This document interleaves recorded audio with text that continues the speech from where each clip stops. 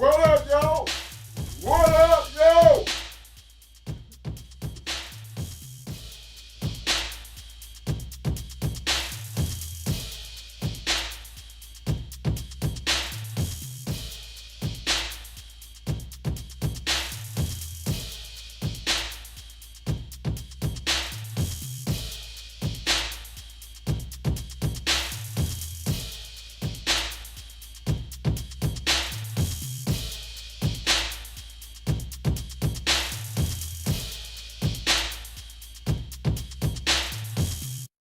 What up, though? What up, though? Yeah.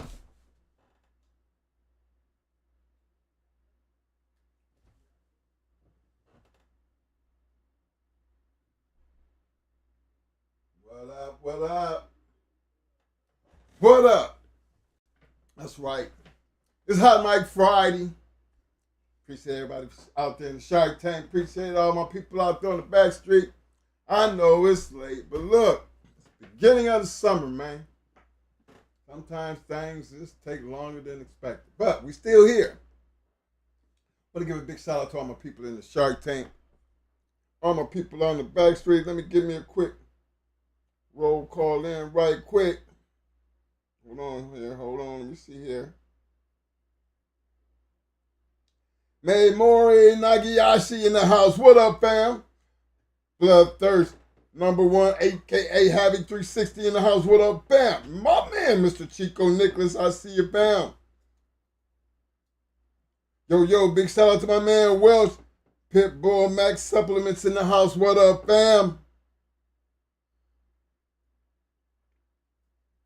Let me see. My man Mr. O's in the house. What up, fam? One and only, internationally known, my man Mr. Dickie Foster in the house. What up, fam? Big shout out to Viking Royal family in the house. What up, fam? Big shout out to my man, Supreme Excellence. What up, fam? Yo, long time supporter, the one and only Mr. Vernon Stars in the house. What up, fam? Yeah. Yo, the Mad Doctor's in the house. What up, fam? Pitwise Kennels, I see you, fam. Again, big shout out to all my people out there on the back street. Yo, y'all don't forget to hit that like button. And don't forget to hit that subscribe button if you haven't already done so. Now, I ain't trying to be here all night tonight, especially on this, because, Mo know a little bit more about this stuff than I do. But good conversation. I think it's a well-needed conversation because, again, especially in times of the day, you don't never know, with social media, you don't know, if people create, some stories just for clickbaiting or they just make up shit. Well, that's the internet, right? We kind of got to do research and got to down there check the source to find out if what is being said is true or not. Well, in this dog game, it's been the same way. Same way. You hear stories and then, then the shit goes moving around before you know it. You don't know what. But based on experience, and when I say experience, I mean in the dog part, because in the real life situations when we hear them stories all the time about baby mama, and you are not the father type of situations. You know what I'm saying? I mean, them situations, bad situations. Imagine you raising a kid for 18 years and you done paid child support and everything, and all of a sudden something go wrong and boom, then they come up, oh, you're not the father, crushes worlds. And then you have them ones, baby come into the world and they be looking and be like, that ain't my baby. You know what I mean? That ain't my baby, you know what I mean? And shit go a different direction. He don't need to take 18 years. He can look and he can see, hey, ain't nothing about that baby mine, and boom, then they come through, solid. It ain't you or not the father type situations. Well, let me tell y'all something. One thing you have in your favor, regardless of what your pedigrees might say or what other people might say or doing anything about that, how things go. When you get enough experience and enough knowledge in this game, see, for us, we dealt with certain dog men, but then these certain dog men made it easy to understand their breeding program. Because most of the time, and I guess that's where we get it from, by you're trying to create your own. So, nobody knows your bloodline better than you do, you know, because you're the creator of it. You're the one that put the puppies together, and then from that litter and everything moving forward, you the decision maker. You become the creator of the madness.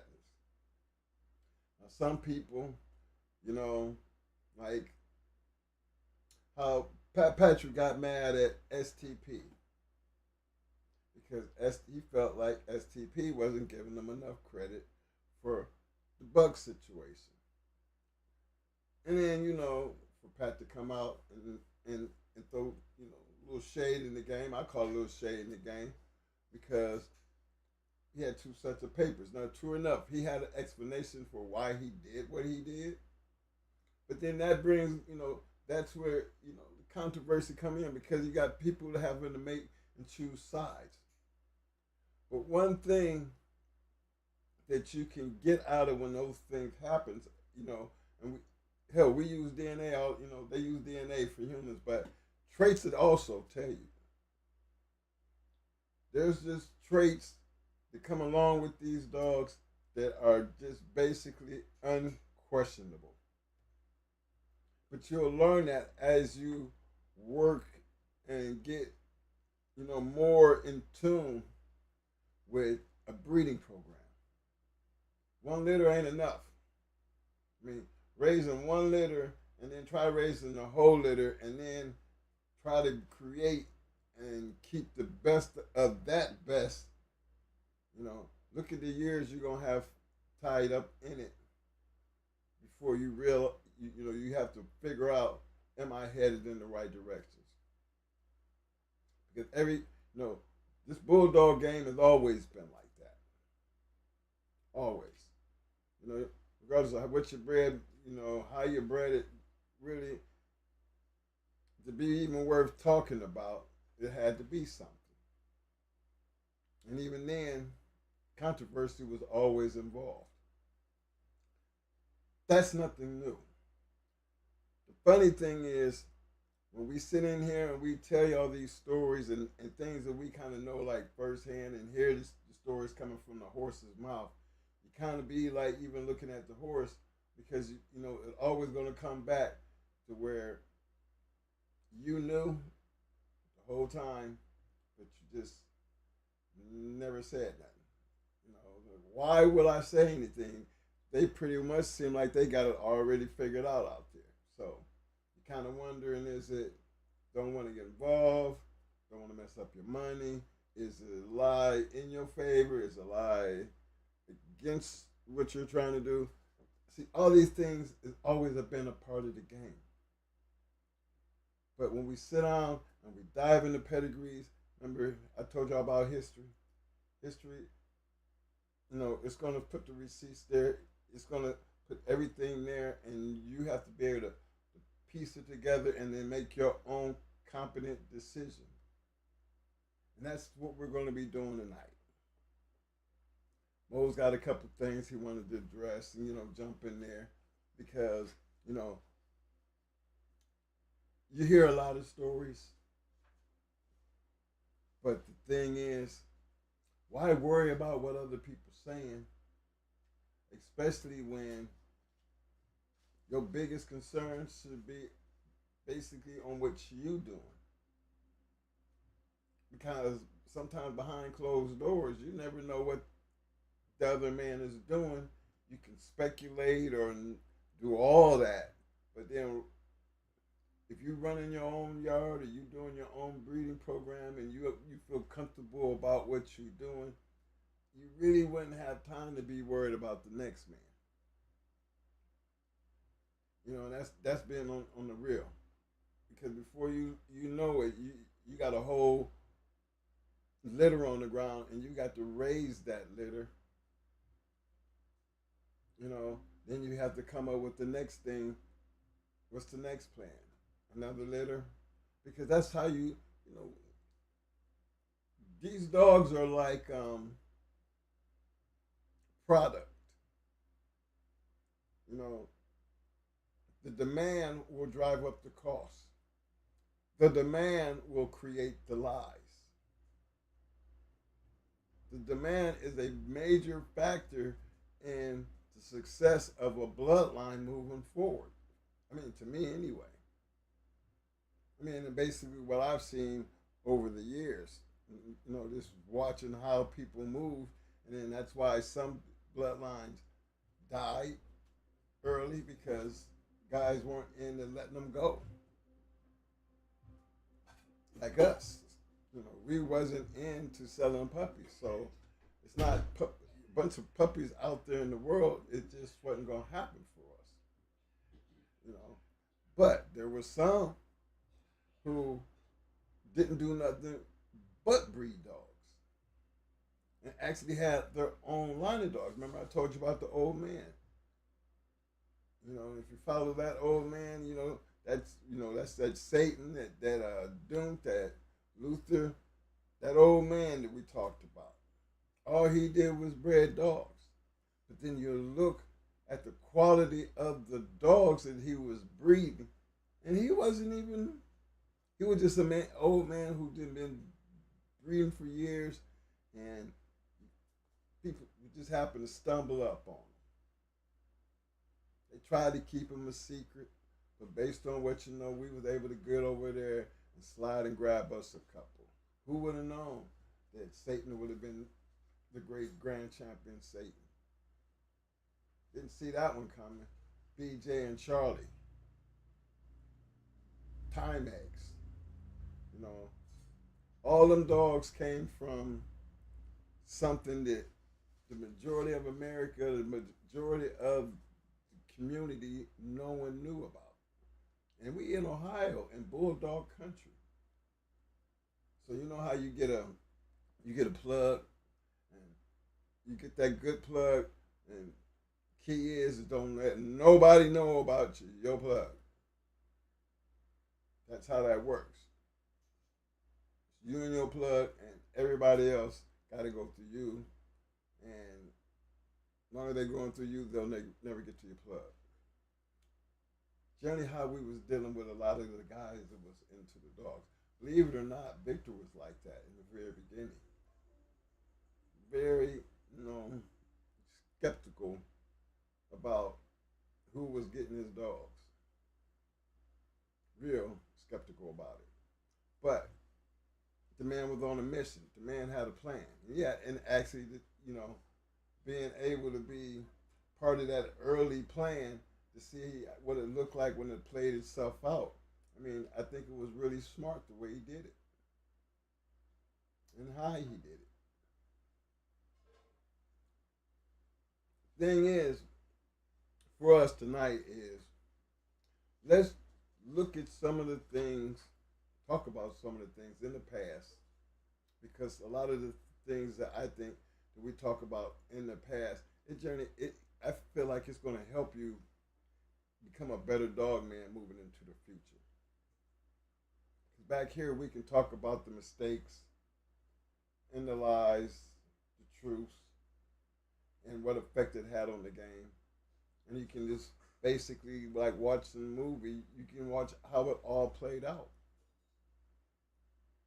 Because there's nothing back there you can change. Regardless of so and so had this story or so and so had that story. Even if you take the different stories, you still got to determine, well, what story you going to run with when you start telling the damn story. Some people be taking sides and speak and go to speaking on things and don't have nothing to stand on except for something they heard, but then they're not elaborating on, well, why did you choose that story over this story? It's not about the stories though. It's about the quality of the product, because if the product wasn't worthy of talk about, them stories wouldn't matter no how. But the fact is, once you have a good product and there are stories, in order for you to even find yourself to have to decide which story you want to believe, there has to be something about the product that you want. And in order to want it, you got to have a reason to want it. So getting it is one thing, but which way you're going to play the stories is another thing, because then the responsibility shifts. See, there was a lot of responsibilities back in the day with a lot of these stories that shifted. And it led to, dang, what's the name did it like this, and so did it like that. The facts is, look at the traits, and then you do your own, you do your own decision making based on which way you want, because it really don't matter unless you have some type of interest or some type of investment or some type of looking to move forward because of something about it you like. Because anything other than that, you really don't care unless you just want the person who just likes to have something to talk about. Let me see here. Big shout out to my man Bloodthirst in the house, coming up showing love with the 5-piece. My man Mad Doctor showing that mad love, coming in with a 2-piece. Appreciate the love, fam. Keep it A1 from the day one. What up, fam? I see you. Let's see who else I got down here. Coming in new. The one and only RBG Lone Wolf in the house. What up, fam? I see you.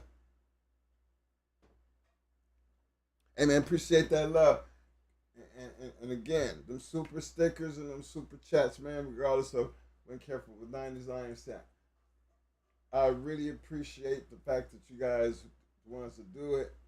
You do it out of the kindness of your heart, so don't never think that we don't appreciate it, because it's never going to be about the amount.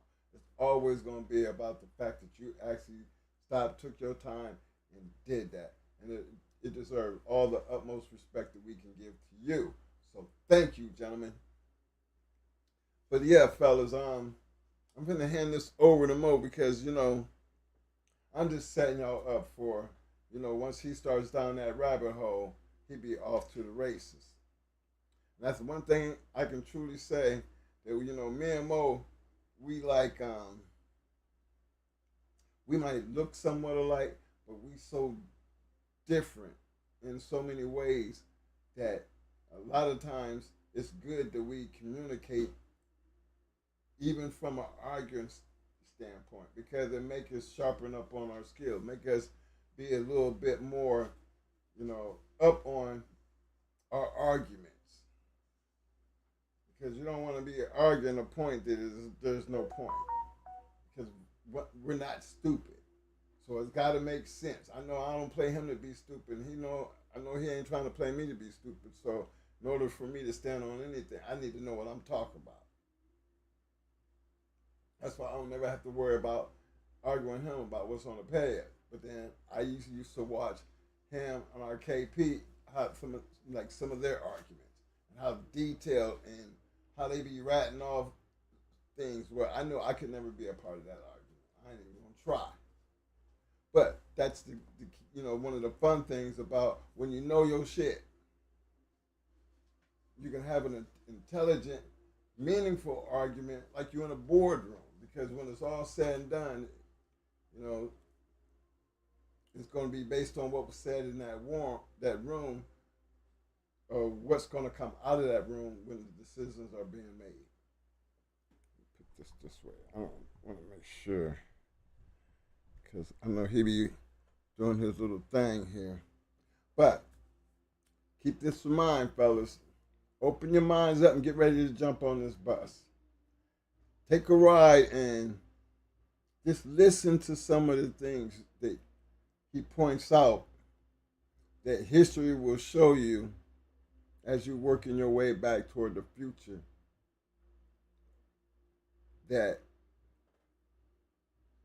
you know, why we did some of the things that we did.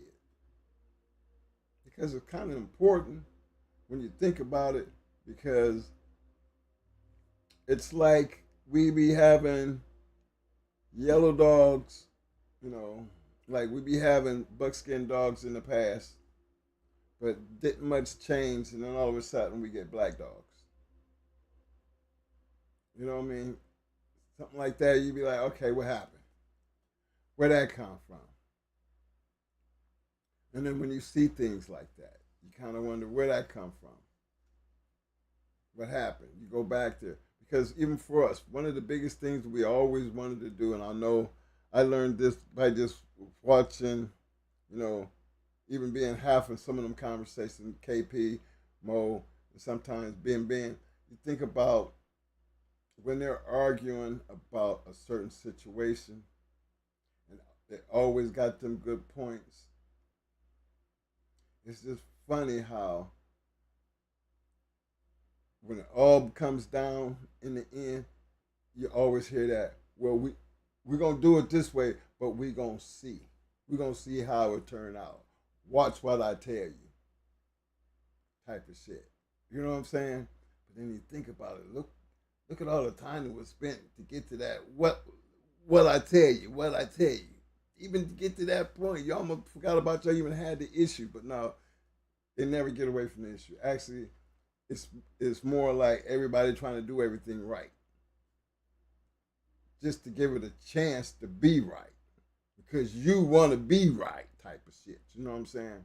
So just keep some of them things in mind, because we're still talking about dogs, but we still talk about human beings, and we know how human beings are when it comes down to something worthy of talking about.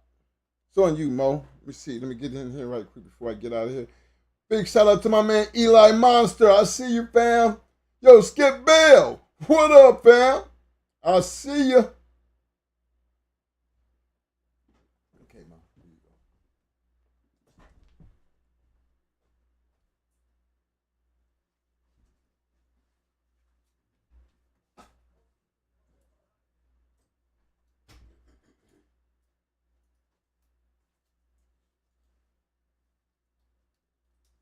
What up, everybody?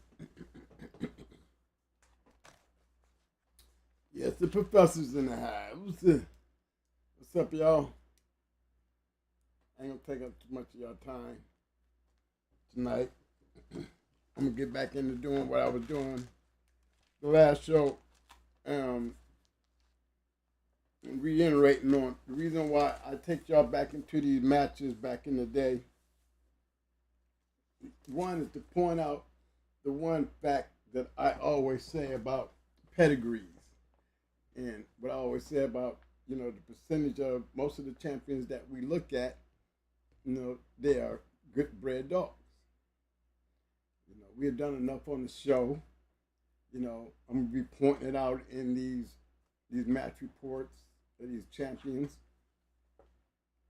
and just want, if you ain't getting the message, then it's not interesting in, you know, trying to catch on, because there's a message in what I'm trying to point out. You know, it's what I'm pointing out. Not only, you know, just, you know, going to my world. Look at these matches and think about it. These just ain't written down. You know, these are things that are going down. These are things that are happening. You know, and I always said, you know, we always seem to talk about the winners, but there couldn't be a winner if there wasn't somebody standing on the other side to beat. Okay, so always keep that in mind. See, that's a totally different, you know, world when it comes to me looking at, you know, the Bulldogs. You know what I'm saying? I see it in just that direction there. You know, I feel like I ain't no different than the people that we're gonna be looking at in these matches. You know what I'm saying? Because What are they there for? What are their purpose? To win. And, pretty sure we have a lot of good pedigrees matched up against a lot of great pedigrees. See, we don't have the insight of the pedigrees of these dogs that are losing. You would probably be surprised if we always talking about good dogs usually become champions, or good dogs that we see that are champions and grand champions are bred good. Well, I'm pretty sure if everybody's using that same concept on having good dogs back then it would be very important. It would be very important for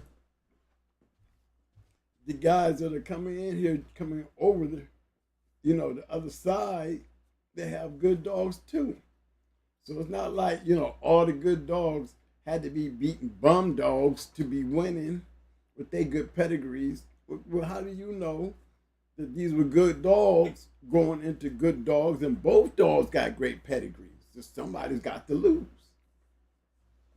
You know what I'm saying? But I was too low. I'm sitting too far back. Hey, can you tilt this up some? Then I can screw it up and slide it, but I think I was trying to be too close to it. That's why I stepped back. Yeah.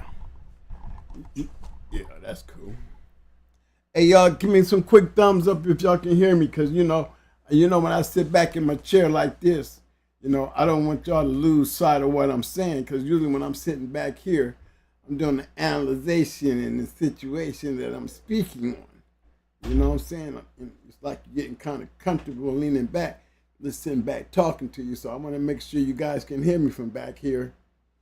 If not, I had to move up or ask Mike to tune up so we can make sure we get the full impact of this. But again, when I talk about these shows and I point these things out, I know you guys up here in the now really can't, you're moving away from that direction, which is, but the thing is, and the point is, you moving in the now has a big effect of what was going on back there in the past. Now, even though your dogs are bred like our dogs of the past, keeping it real, we're on two different classes, not two different levels, but two different classes. And I mean, there's too many guys out here getting this part mixed up. You know what I'm saying? Too many. You cannot take, I got in this hand a line of dogs, you know what I'm saying? And in this line of dogs, this, that we have been playing with of the past, we look at these pedigrees, and that they can go back to the great dogs because, like I said, most great dogs are coming off of great dogs. You know what I'm saying? But that does not mean because of these great breedings that you was going to be expecting, by looking at the pedigree, that these 6 puppies was going to be 6 of the greatest puppies of all times. And how would you know that if you didn't take those 6 puppies and take them out? They all got the same pedigree. They all look good. They all got personality. They all got drive. But back in my time, guys, that didn't mean shit. You cannot be a great litter unless you are doing great things in the box. All that other stuff, it don't matter. Because what has to be proven inside those 4 corners. And if you're talking about, understanding, being hard for you to understand, that's 2 different things. You might only have one of those 6 become a champion. Just one. That means 5 other ones didn't have the quality to do what the one did. See, don't y'all see there's a difference there? There's no guarantees. And even with that one, you have something to look forward to from the other litter mates, but there's no guarantee them other litter mates is going to produce what the brother done. They're just going to have a litter mate brother that was a 5-time winner or a 3-time winner that was a champion. And he's giving the other 5 a chance to see if they can throw the genetics to produce one like their brother. Like their brother doesn't mean that they are and will be producing dogs just as good as their brother. It don't mean none of that. So, you just got to look at it on that point of view. And keep in mind, what are we talking about when we talk about this? So when I say that, what y'all are trying to do in the now doesn't line up, and there's no way they could ever be the same dogs. You gotta understand, you're taking these 2 different situations and you're trying to make them one, and there's just no way you can do that. I wouldn't give a damn all the years, and I do respect Schoolboy and everybody else that had this belief that, you can give me a grand champion art or a grand champion Mayday, you know what I'm saying? And say that these dogs that y'all doing by running up these poles and treadmills can have the same genetics or be just as great as these dogs without doing the work that these dogs have done. So, and then on top of that, you're talking about traits and this and these things here without no work being done, but you want to compare them to these dogs. How can you even begin to compare when they're on totally different paths? Because on this path over here, they're proving something over here that does not require non-contact. And y'all trying to do something over here that does require non-contact. How in the world can you ever compare these 2 situations? Just no way. So when I speak on it, I'm not speaking on it saying because your dogs are running up trees and walls and treadmills that they're not as good as these dogs. They can only be as good as these dogs in what they out there doing, whether it be a tree, a treadmill, and if they become great dogs doing that, then they become great dogs in the class, whether they was bred like this dog or that dog, you know what I'm saying?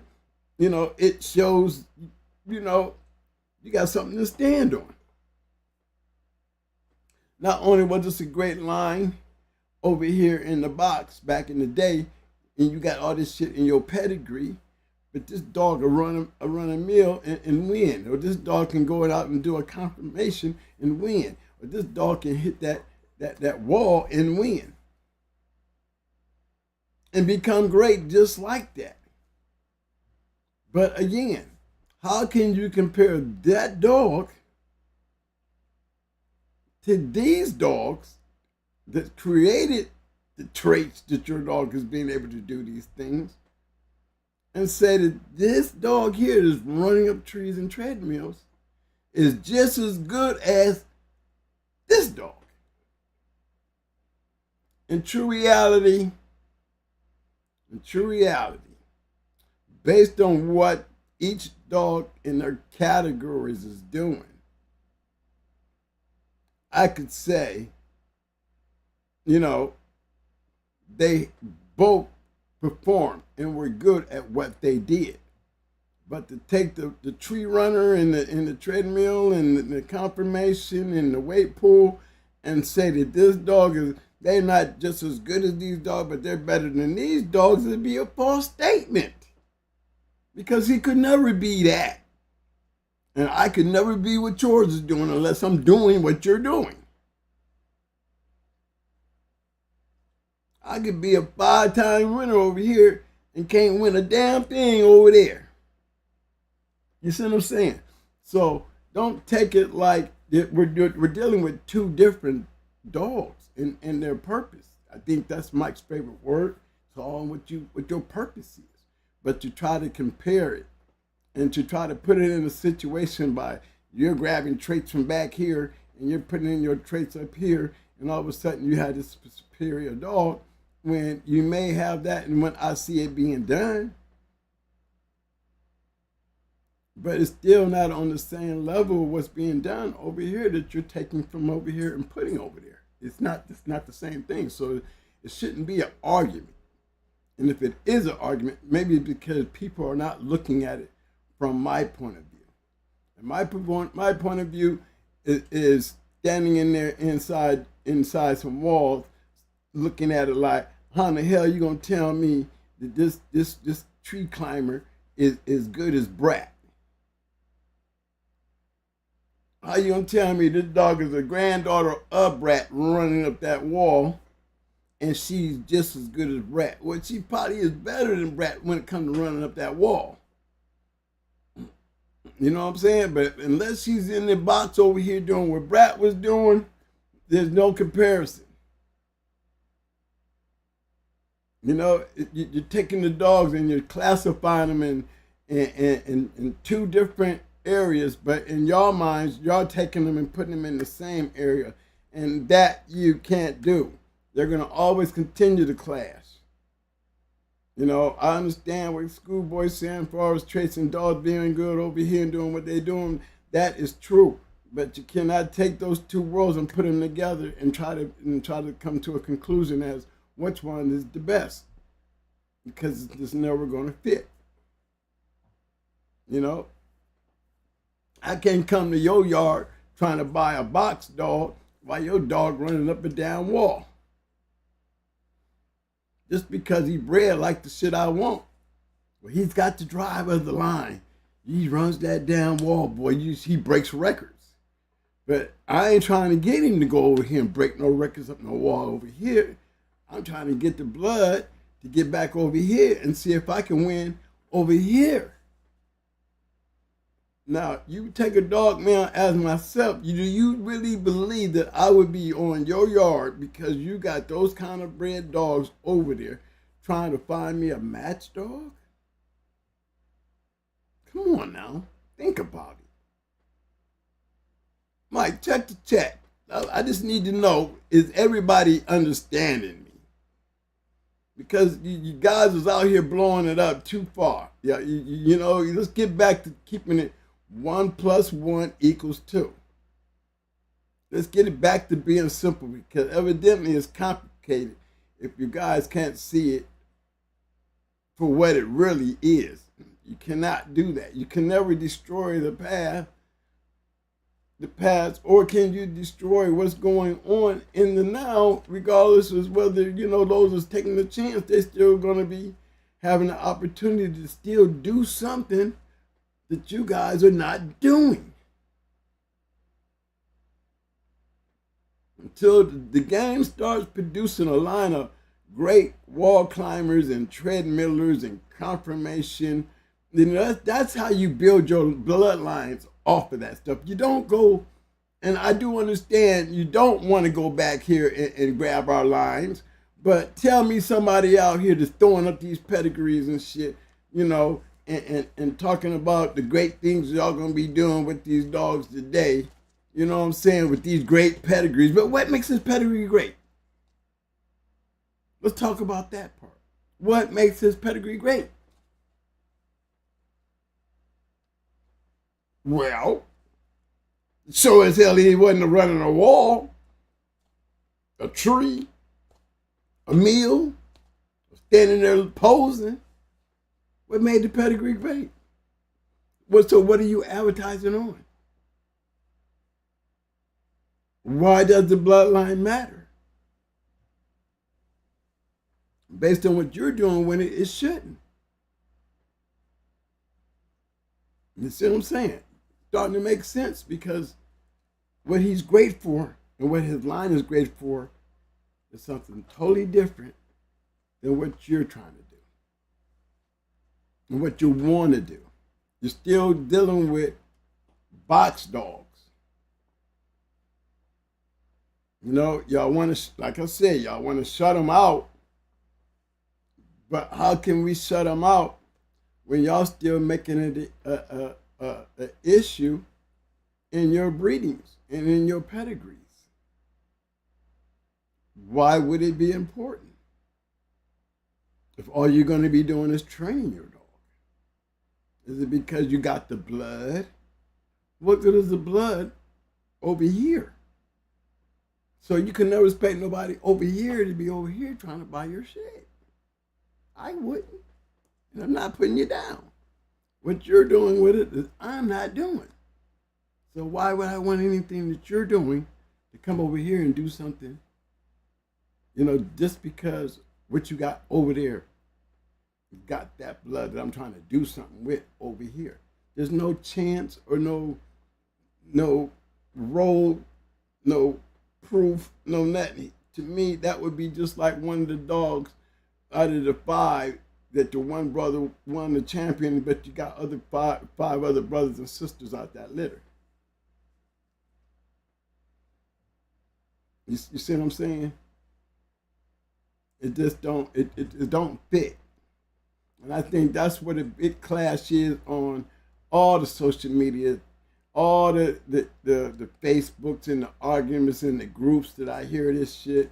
You know what I'm saying? It's like, how can these arguments, unless you're not a true dog man? I mean, when I say dog man, again, let me rephrase what a dog man is to me. In the beginning, when these dogs start coming out of these countries and they start turning them into American Pit Bull Terriers, you know what I'm saying? They were fighting dogs. So let's just go on the concept of the people who had these dogs. They was fighting these dogs, were dog men in the world of dog fighting. The guys that was breeding these dogs and letting them get out to these guys that were dog men, that were using these dogs for the purpose of dog fighting, needed those good breeders to get those good dogs over here, and they kind of worked together. You know, in that world, we're talking about that world, those were dog men. Not saying that everybody who got a bulldog or an American Pit Bull and a dog man, but we're talking again, let's set them in the right perspective place, okay? What are we talking about? These dog men. See, we're talking about these dog men. We're talking about the breeders and the users. Okay? Those dog men. So don't be no confusion. None at all now. When I say what is a dog man. Okay? Can I call you guys dog men just trying to do it this way? Well, certainly. Why wouldn't you? You could call you guys dog men, but let's put it in the right perspective. These are guys. This group here does treadmills. This group here does walls. This group here does, confirmation. Each one of those groups, pertaining to what each group contains, are dogmen. You see? So how can you be arguing about who's a dogman and who ain't? But let's rectify the issue. There's no reason why it should be an argument of who got the best dogs when it comes to confirmation compared to treadmilling or treadmill, pertaining to wall climbing. So if there's not an argument in there because all y'all doing their own thing, then what makes this group over here any different?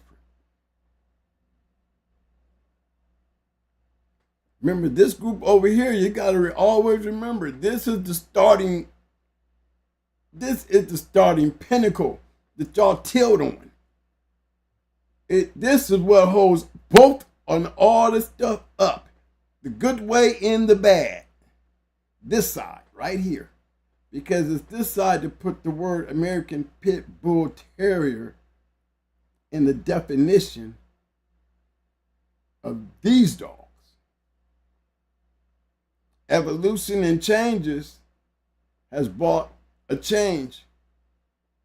And you can't even carry the word over here. It's hard to even carry the word over here. American Pit Bull Terrier.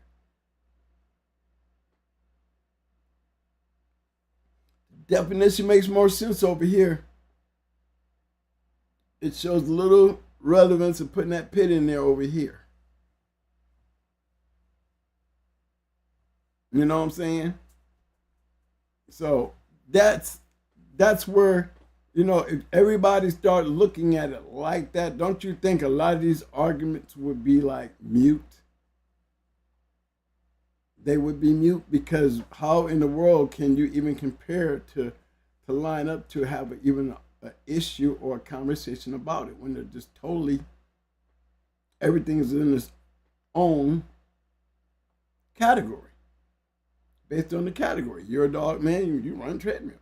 You're a dog man, you run walls. You're a dog man because you are doing confirmation. Nobody's taking none of that away from you. We could argue American Pit Bull though. You know what I'm saying? But who can stand on that argument but the guys that's standing over here? They can stand over here whether y'all like it or not. Whether you want to accept it or not, because if you can't accept it, then you want so bad to pull from over here and just be able to use what you're pulling off from over here. And Mike can't win nothing over here, but you just taking what you can pull over here and make a real firm enough argument for those who don't know no better, make you think that you got a point. When in true reality, you don't. They're two different categories, two different worlds of dogs, but there's one dog that stands by what its name really is, American Pit Bull Terrier. There ain't but one blind of dogs over there that really carries that and has been able to maintain that throughout the years. Even with things the way they are changing, it's being accepted to be calling them American Pit Bull Terriers today, and they're not doing nothing pertaining to no pit.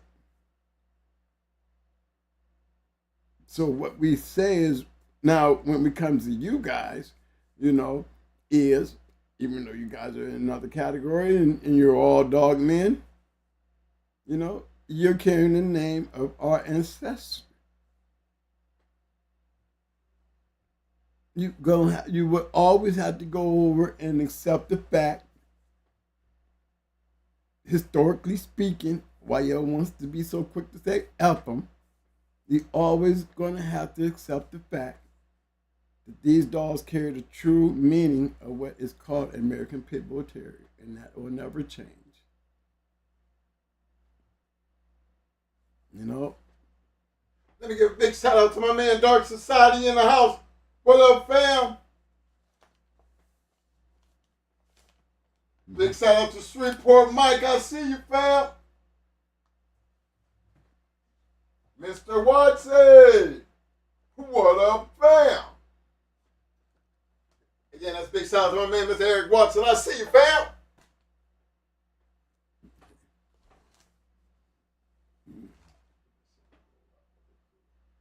What they saying? Um, Hold on, Mike going down to the chat, y'all, cause I know y'all be saying something. I just be wanting to hear what y'all saying, so I can know to relate to what y'all, if y'all hear me or not. My man our society said there is a difference in this new age. They call working blood wall climbers.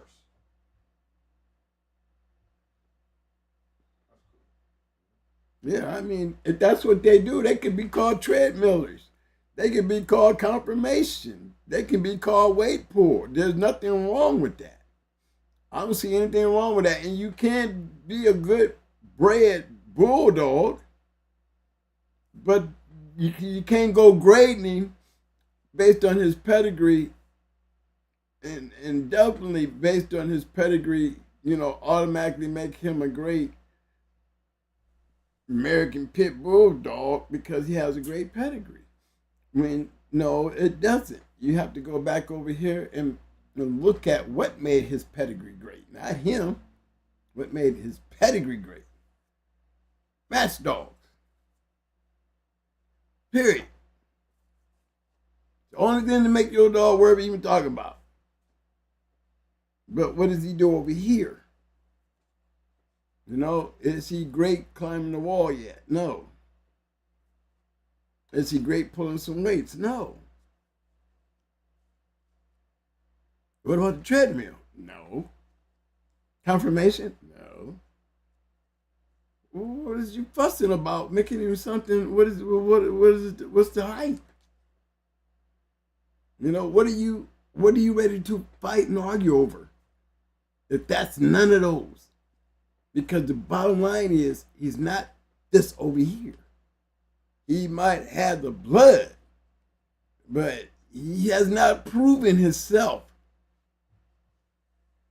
in the category that he is bred like over here. He couldn't even do that if he became great running up that damn wall. I mean, there's nothing to be mean and mad about that. That is really a fact. So what's to argue about? Y'all know it's a fact. It's just never going to work because they're two different categories. But you can take a matchdog and run him up a tree. You can take a matchdog and put him in confirmation. It's not saying that they couldn't be done because Mayday was a confirmation grand champion and he was a box grand champion. But when we talk about Mayday and his confirmation world, we have something to stand on. We don't need to go over here into this other world to brag about him over here. You shouldn't have to. You know what I'm saying? Because he was a good confirmation specimen, definitely. And just to me, just because he was grand champion Mayday over here, gave him a whole lot of favoritism over there. To be an ADBA grand champion and a game dog grand champion. See, then you see, those are two grand champions. I don't need to go over here where he's grand champion Mayday in the box. When I got grand champion Mayday confirmation and I can sell puppies just off it, grand champion Mayday being a grand champion confirmation, and you got it on your pedigree. I shouldn't even have to brag about he's a grand champion over here in the box. Because for those over here that's doing nothing but confirmation, why would it matter? You're not trying to be a grand champion over there. You're trying to be a grand champion over here. And I think that's just bringing light to an argument that just doesn't never make any sense to me. It causes more back and forth and more, all the way down to the pelling of the puppies. We can't even put them up there in the treadmill game or the trees or the wall because they're big question marks. These breedings are breedings that are made based on paperwork, and everybody got the baddest thing. You don't want to accept the fact that he's not a box dog, but you don't want everybody to accept the fact that he bred like a great match dog.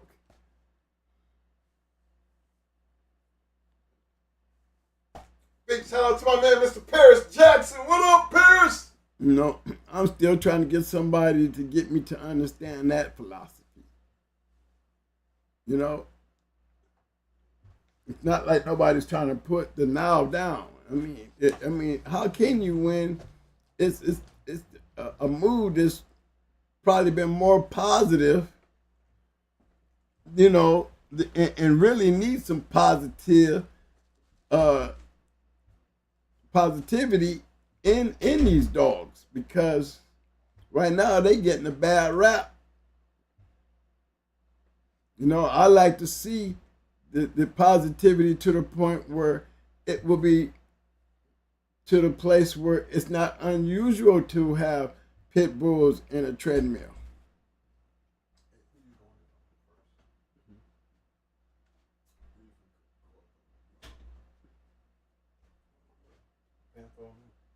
You know why?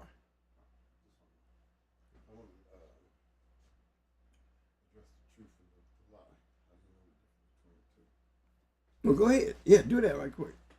Because I'm going to slide on off of this. Well, That's why I was saying it was set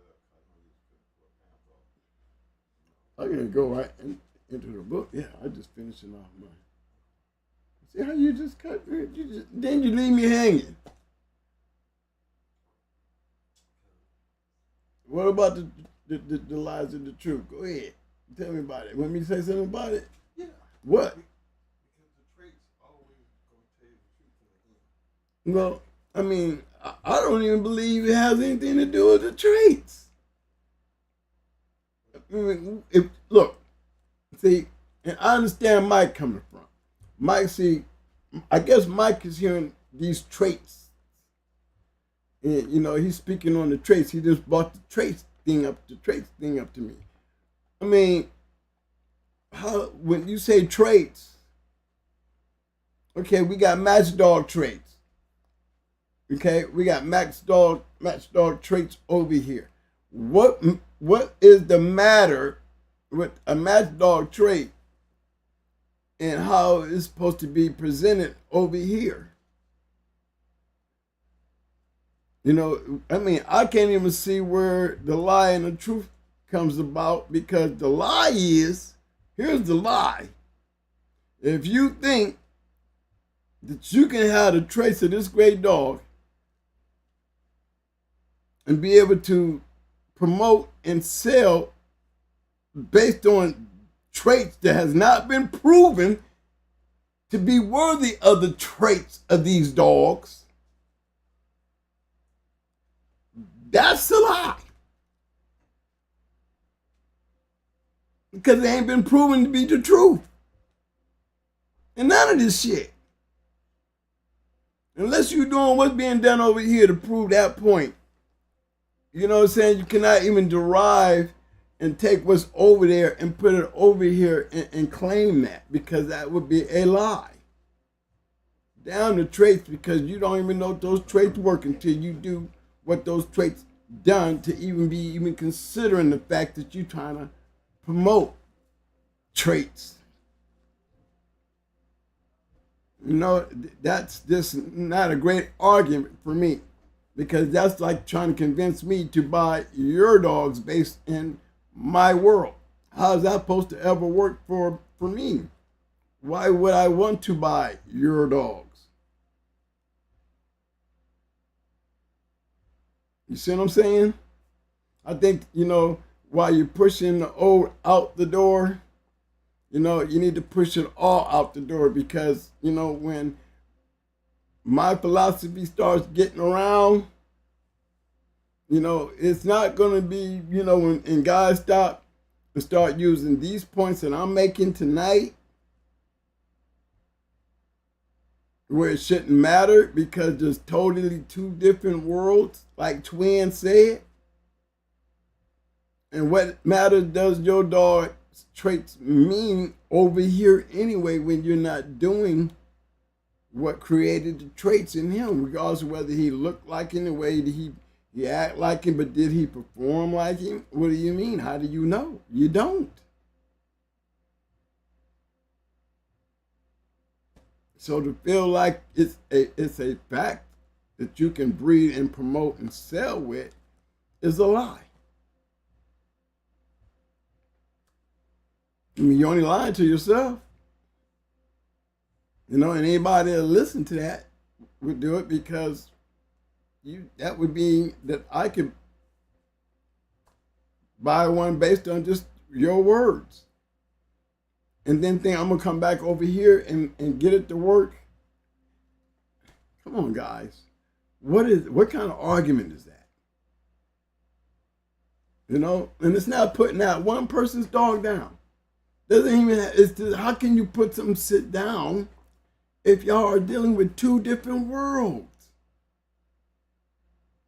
It's not like the past is trying to steal from y'all. You just got to keep the past in the past and build from where you're at. You shouldn't have to have a great pedigree. Why do you want a great pedigree of old match dogs?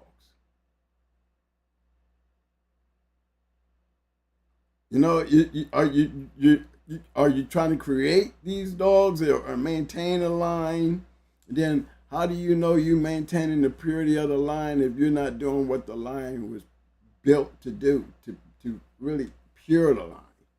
Now you can have the line and make a good treadmill out of it or a good confirmation dog out of it, but let that dog, be great and famous based on that line of dogs that is known and able to do that.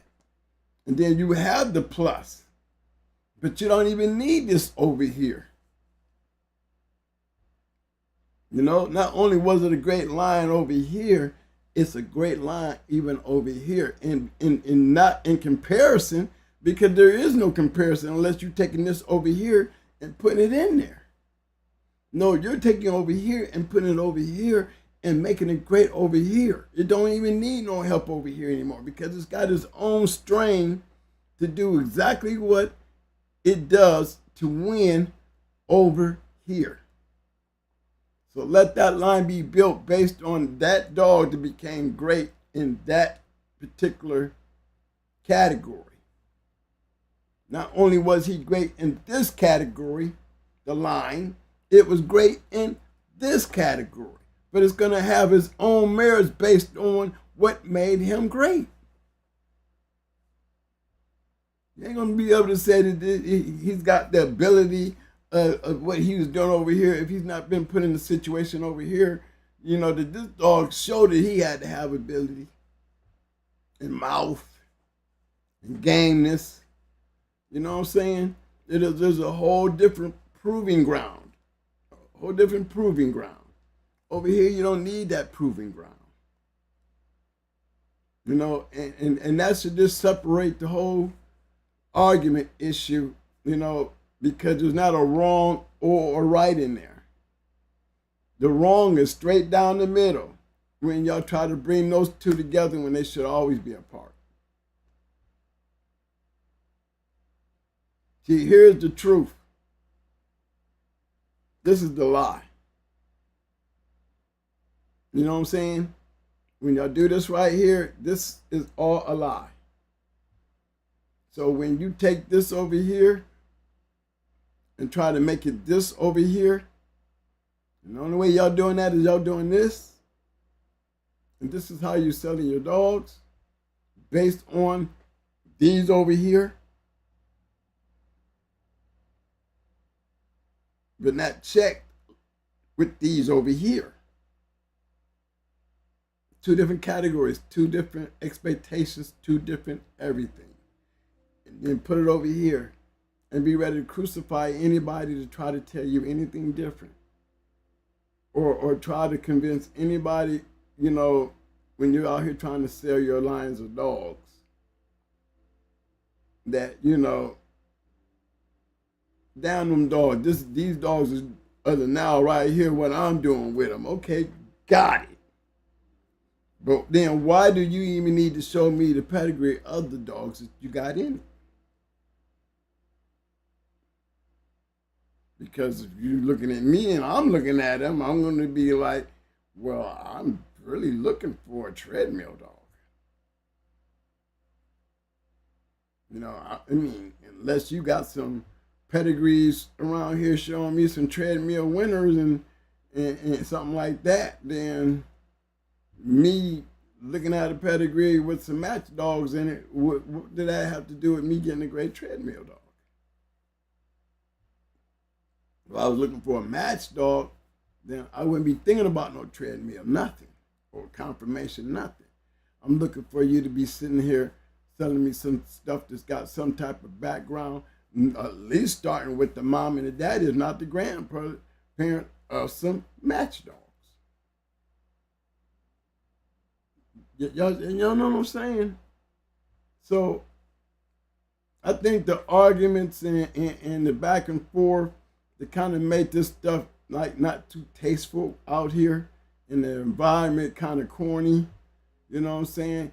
It's because you're arguing about the wrong shit.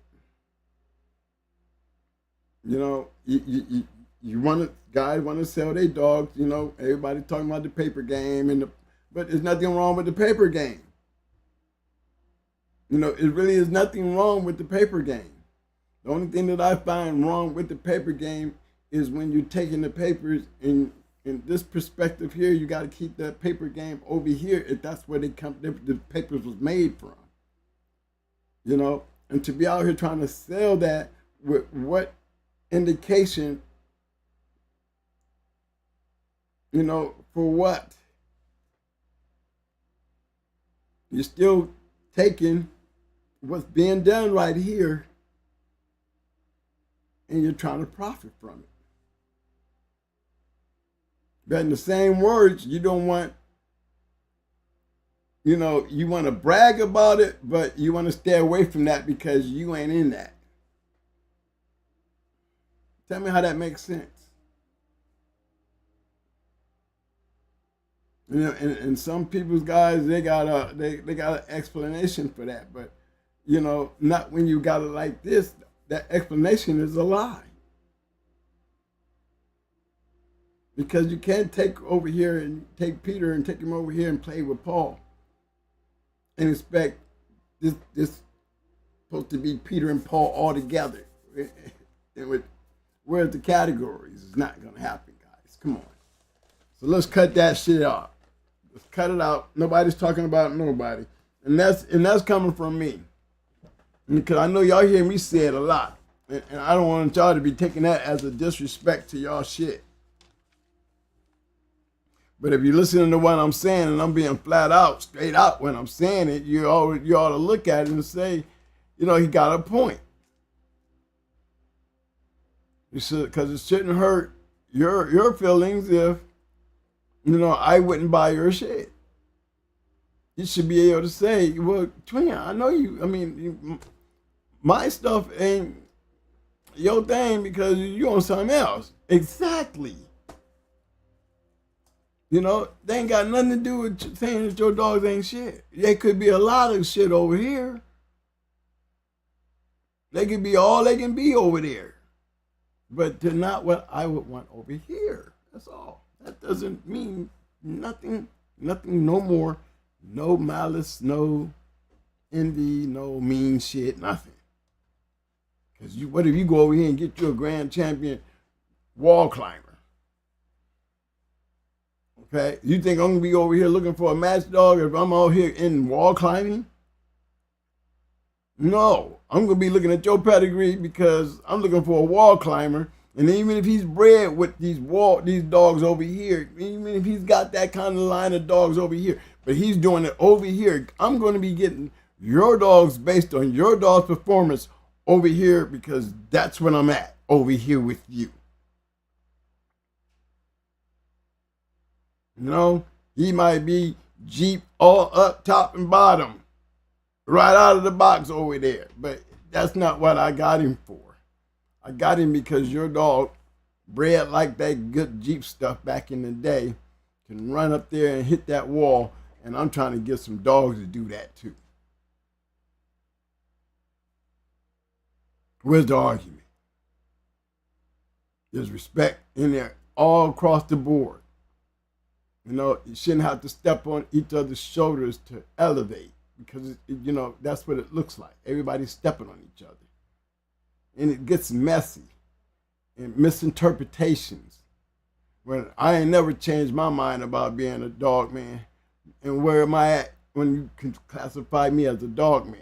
Am I infuriating on you guys trying to do it right? No. I'm not even in y'all category. I'm not even in y'all level. And what level are y'all on? Whatever level y'all working with over here. I don't know. I ain't got no business over here to even want to know. You know what I'm saying? I'm over here on this level that I do know.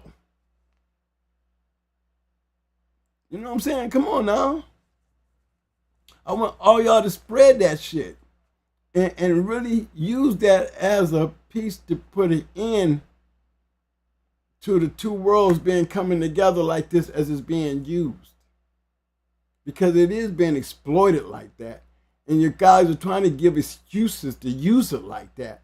When, maybe y'all will stop arguing if y'all all realize who's doing this right here. It is bullshit and it is a lie. Keep the worlds apart. Take over here and use it over there and make it great. Now you don't have to worry about what's going on over here.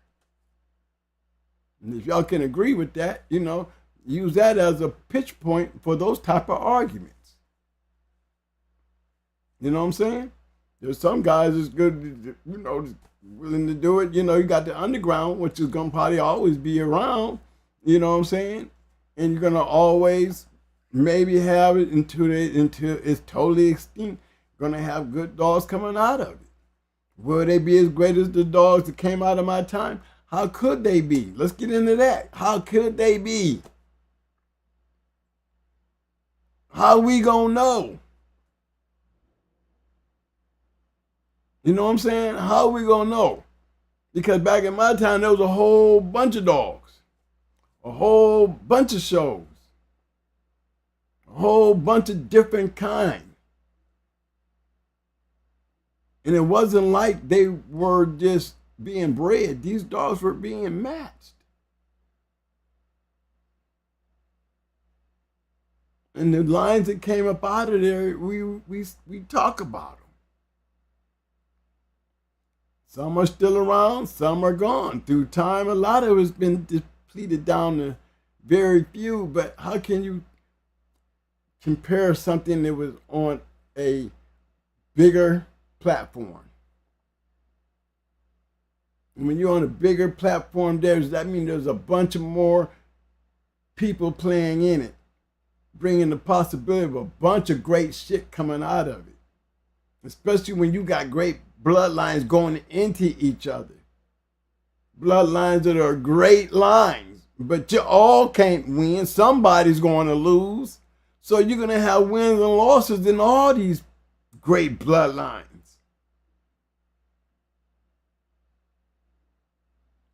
But you're going to see, if you're paying attention, there was a consistency of dogs that was able to surpass the time and had a continuing line of winners. You know what I'm saying? And throughout history have been produced. Now, when you start cutting down on the circle, if you really wanted the real good dogs, the real great dogs, and you trying to find something like that with a great pedigree in the now, and you had them visors on where you can go look around in the dark, what you're going to find around there in the dark is going to be a hard look. Because, the elites, it's nothing but these. And in those elites, there's study having a war in the heavens amongst themselves. There's not a whole bunch. There's only a few. And how good can this few be if we ain't got a whole bunch of different kinds and different styles and different lines being put together?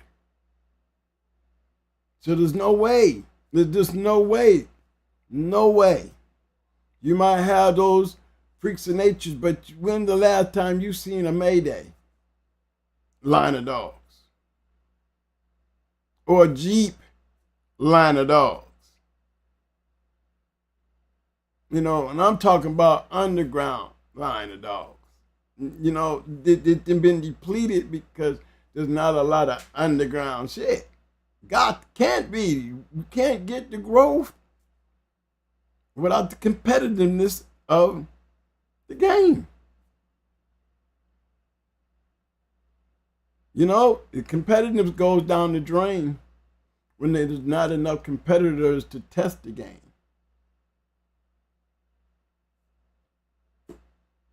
You're going to be having dogs that can easily win. You know, and for the now, they probably are great dogs. But for an old timer just standing there, you might call him a hater because, you know, a person like that would sit there and say, well, you know, he is whooping what's out here. But he probably, you know, had to prove his point a little more to me if he was winning with dogs that I seen go. You know what I'm saying? It don't even take an old head like myself to sit there and say that and really not pissing you off because there's nothing to be pissed off about, but literally listen to what I said. You see what I'm saying? If you actually listen to what I said and understood what I said, then you would never even feel an inch or a little twitter of a little hate.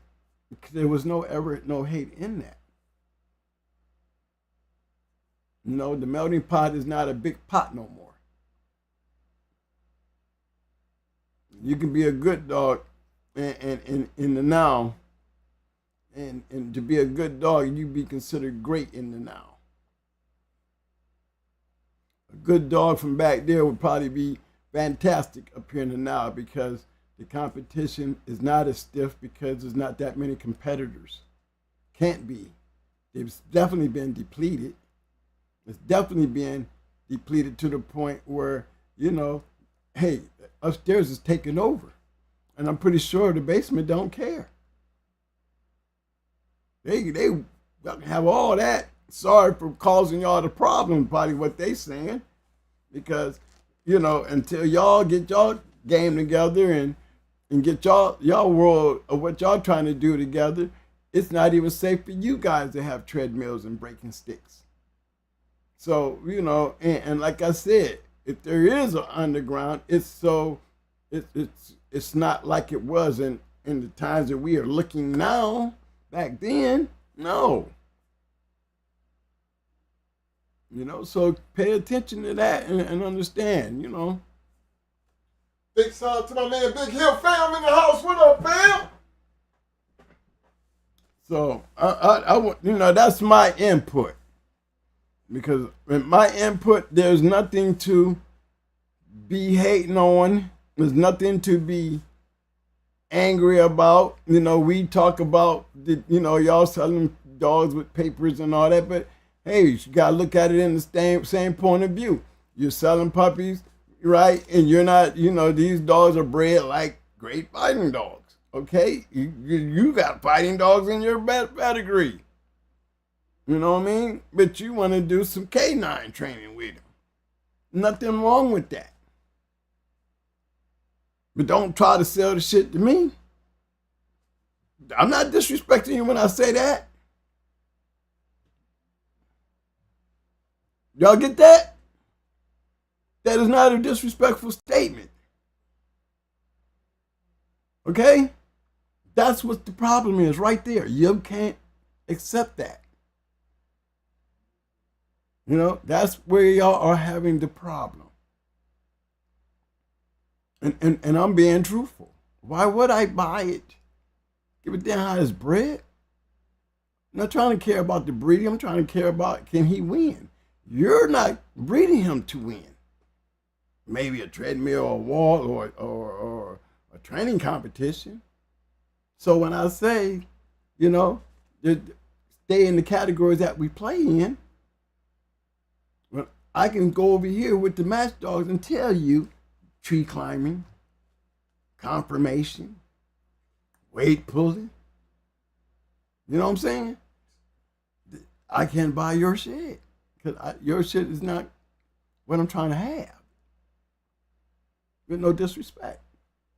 Big shout out to CPK. American Pitbull Terrier Kennels in the house with a fam. Okay, tell me y'all guys something. Tell me if anybody agree or look, matter of fact, let's not agree with me. I don't need you to agree with me. I just want to know if you understand me. Let's start there. Let's start there. Can you understand what I've been saying? Then I'm going to jump on in here and grab up some more shit. Big shout out to Pit Dog in the house. What up, bro? What up, Pit Dog? Okay, Mike, we're giving them a chance to do their little thing. Right here, I set this one up there.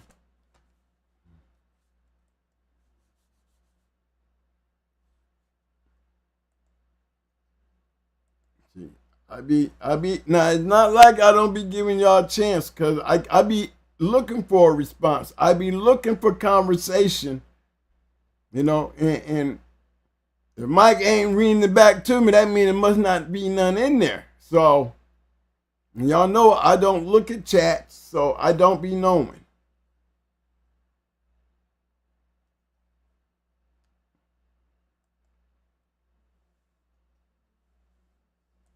I mean, CPK, American Pitbull Terrier Kennels say, but Old Family Red Nose on the POL is full of PRs. So how game is it? 10 years between. To say it's for confirmation or pulling based on your personal use. Again, see, when you said that, you started off with red nose and pit work. And then you came in there and put that other piece in there. Now we got red nose, pit work, and what you're doing with it, and it ain't the pit work. See, this, what I tell you, anytime you put these two together, that's lying.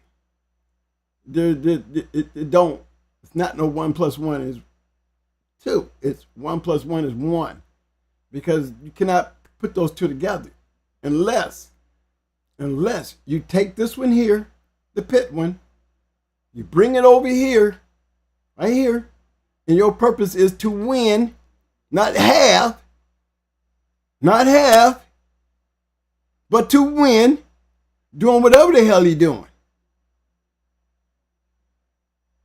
Then you don't even need this over here anymore to even discuss it. Now I can just talk about the family old Reds just winning right here. That's the point I'm making. The ultimate. That's when you don't need those pedigrees to work over there no more. And at the same time, talking about that old shit like it ain't shit. See, that's that part right there is what that's what a lie is. When you constantly keep hearing people say that old shit, we making new shit. Okay, there's truthful to this, but when you go to keep using this right here and keep bringing it over here and then say that, you're lying. You are lying. No, that's some bullshit. Because the two worlds are their own categories. Period. They'll never be able to come together. Never. Because as soon as you make them great over here on the treadmill, the confirmation, the wall, the weight pulling, there's no longer no need for this over here. Because this dog is going to be famous with his line, his blood, based on what you're using him for. And this is where he became great. He don't need a match dog pedigree. He's got a pedigree, whether he got match dogs or not in it, he's got a pedigree that he has the possibility of producing dogs as himself. It would be nice to have a dog over here doing that with match dog qualities. But once he started winning over here, what would it matter? Whether it was old Family Reds or old Kobe shit. These are match dogs you're talking about. Now we're talking about a whole different line of hookups. We can even throw a little brag in there. There was great match dogs up in this line, and now they're great match. They're still competing dogs over here with this line. But to sit there and say he's running up this tree or he's running a treadmill, and that makes him greater than this dog, these Kobe dogs over here, yeah, he probably is, because they're doing something totally different than what you're doing. But when it really boils down to it, the dogs that the American Pit Bull Terrier is based on are still the American Pit Bull Terrier. In your honor and audience, I rest my case.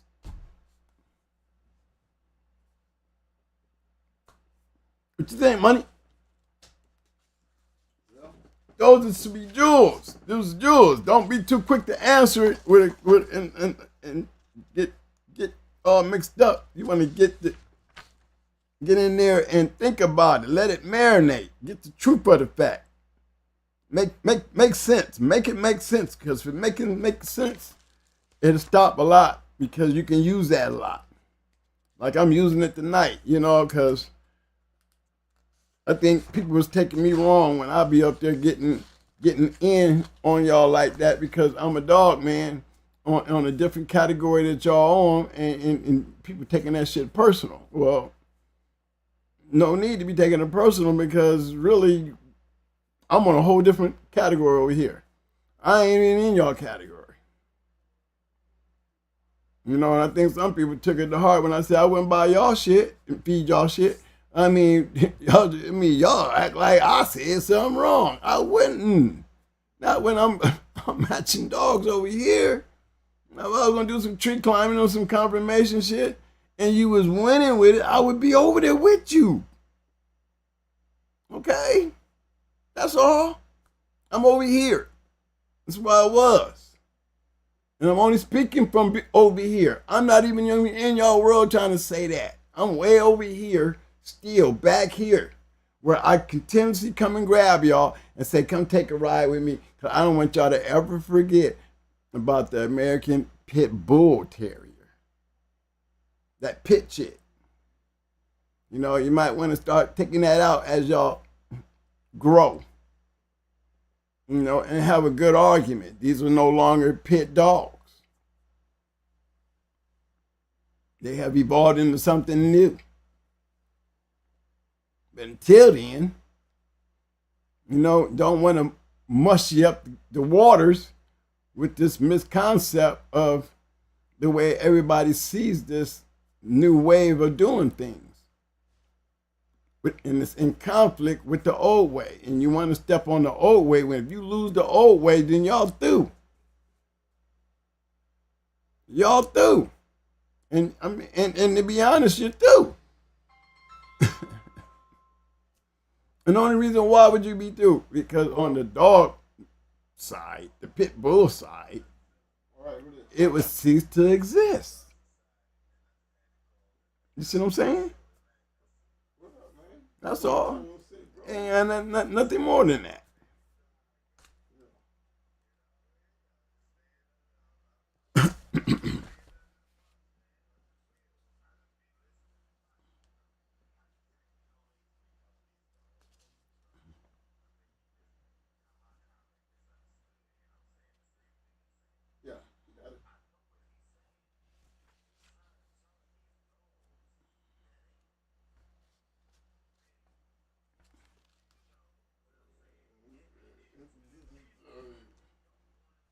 Who was that man? What?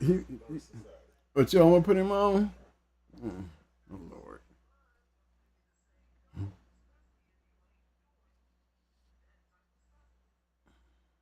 Yeah.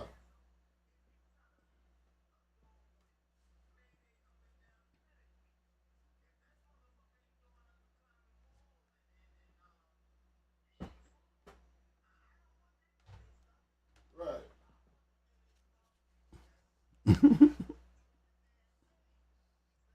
Right.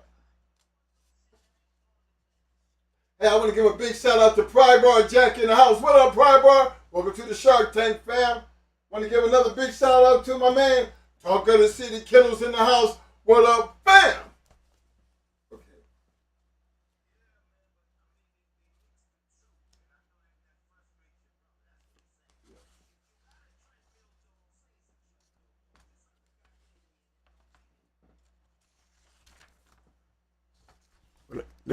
I know they're kind of hearing. Mike don't want to put them on, so I'm trying to cover up my time here when I'm putting my stuff together. But I'm kind of hearing my man in the background, so I hear what he's saying.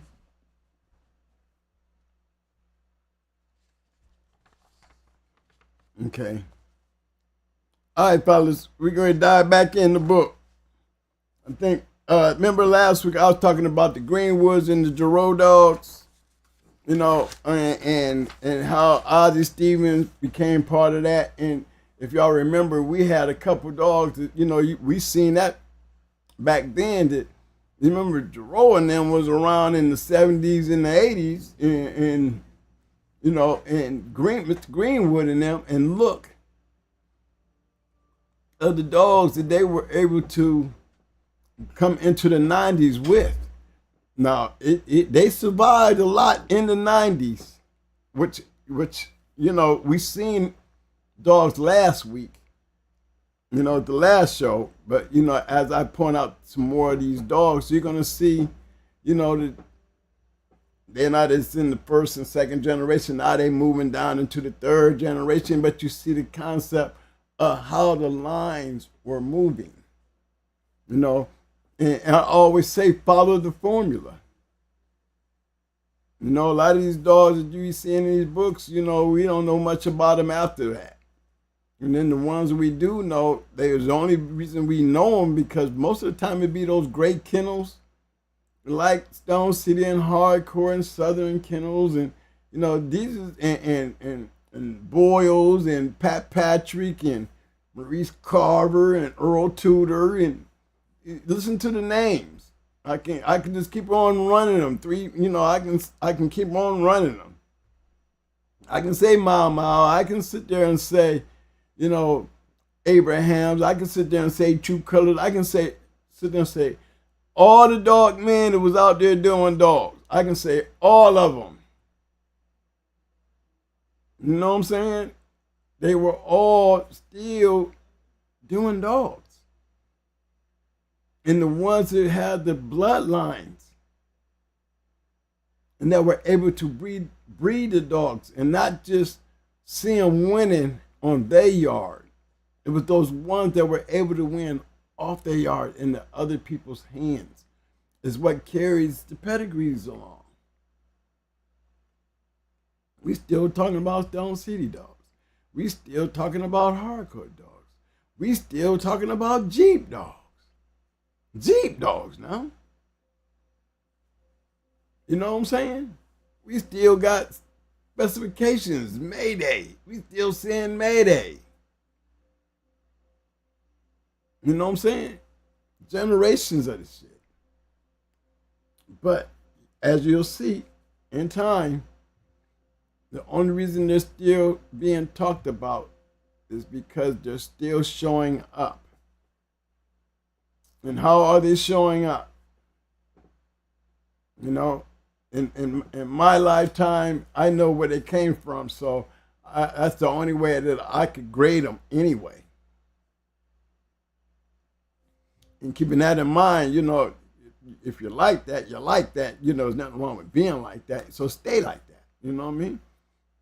And it has nothing to do with the Mayday dog of the day that's in confirmation shows and things like that. Have they been depleted? You hear people say they ain't shit no more. They say that about a lot of lions ain't shit no more. But what do you mean? What do you mean if they're not happening to go out and prove themselves anymore? Why would they be pieces of shit? Another good argument. Why? If that's not what you're doing with them, then I would kind of figure they would be pieces of shit. because, throughout the breedings, they weren't used for that anymore. That was bred out, even though we're still seeing those lines of dogs in them. Things change, and what's hard to understand? You don't see no more Kenny Island nothing running around. You don't see no more Maurice Carver stuff running around, even though we might have it in our bloodlines and they may be back there some down where there's a lot of back there in a lot of these dogs' pedigree. But why would it matter now? For expectation wise. So I find very little room when you're not doing it that way to be saying who ain't got shit and who do got shit. I think the basement speaks for itself. When it come to that, that's the only place that is being proven on that extent. And like I said, even that is under question because of the competitiveness. There's no way it's as high when you don't have as many competitors. And that's like saying the feud is there. You know what I'm saying? They got to be those competitors. They might be in a circle that's too big for the little guy to build off of. Might have the dogs, that probably could compete, but it's so private and in such an elite stage where only the greats have the rooms to meet because they don't want to meet nobody else. When the elites start playing in a realm that, it's a circle where there's nothing but elites, then you're going to see a whole lot of great dogs going into a lot of great dogs, and you're going to be seeing a lot of great dogs losing. And it's always going to be like the Highlander, can only be but one in every down weight class out there. And that lucky one, based on his pedigree, he would be the hope for the future when it comes to the American Pit Bull Terrier. But it's all being done under the nightlight, so we would never know unless he gravitates somewhere from coming from the basement to the light. And that's the way I see it moving forward. Back then we had journals and books and all that stuff, where you had a record to be able to look back in and see it grow. But without it, things change, But again, why take it to heart when it's really nothing?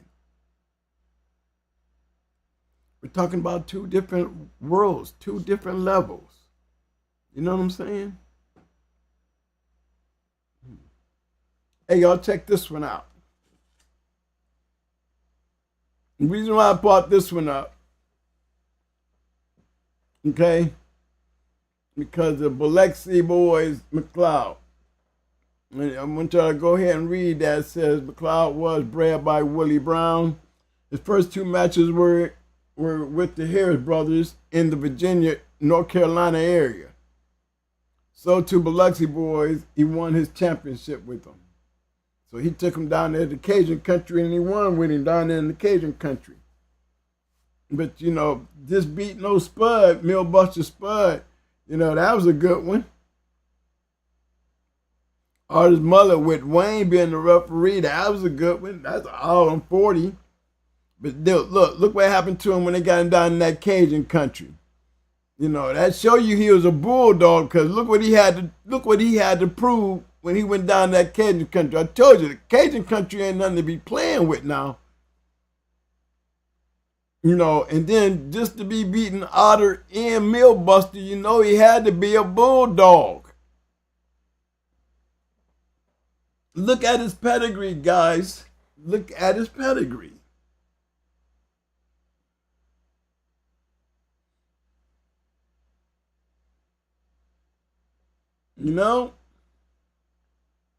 So I wanted to bring that one out. And like I said, you can look at, don't have to be there, but just take the dog, look at his career. You know what I mean? And it just says a lot. To me, it says a lot. You know, he was sold and went down to Cajun country, and to go 3 hours and 12 minutes, he was definitely a good buy.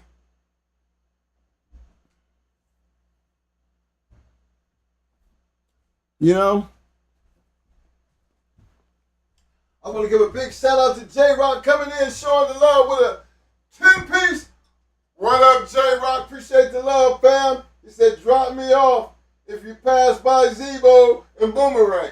Okay. Appreciate that, J Rock. Hey, I'm with you with that one. Don't forget, we'll take Arts Missy too now. We'll pick up Arts Missy. We'll pick them both up. And I will grab Rosie too. We need them bitches, you know. I'm grabbing Zebo and Rosie and Arts Missy and Boomerang, cuz. And I will definitely be stopping by your way saying, look what I got, man. Yes, sir.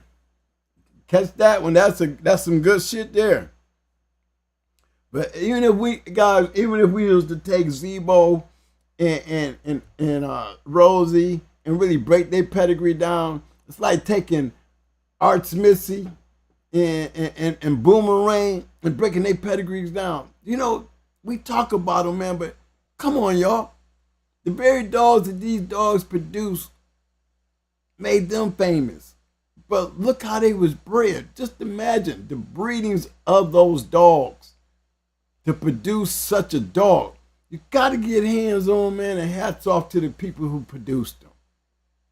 Whether it's through a freak, you know, you just get lucky. And when you got a whole bunch of them like Maurice Carver and Floyd Boudreaux and Pat Patrick, where they just had a lot of dogs, you got a lot of competition coming out that yard.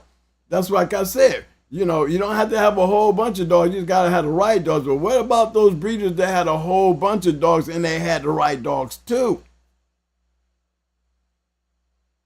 Now, that's what made those old dudes so famous. Why we still talking about them.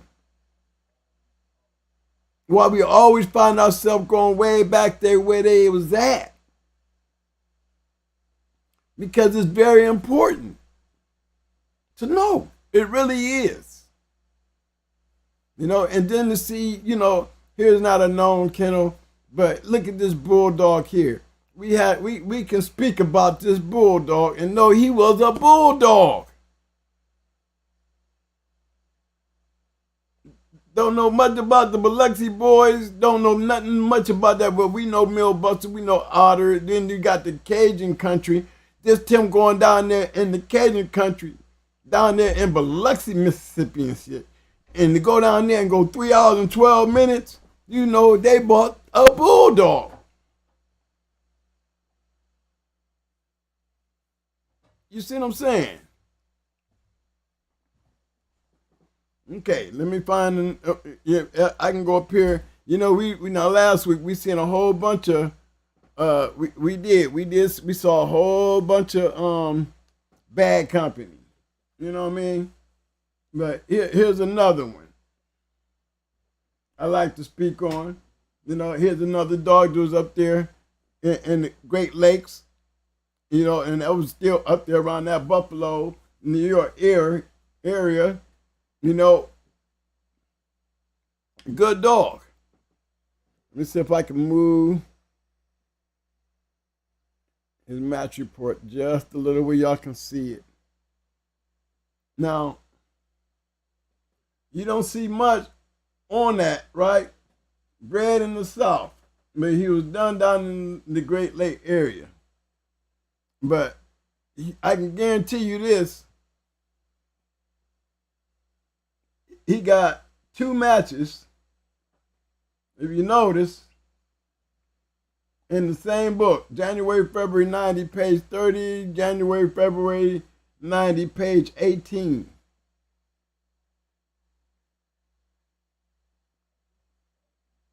You can best believe, because that bee hunter, that's bounty hunter. The brain you know, all them right there, they put him to work.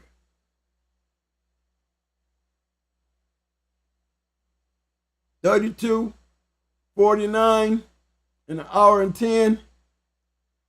An Eli dog, y'all.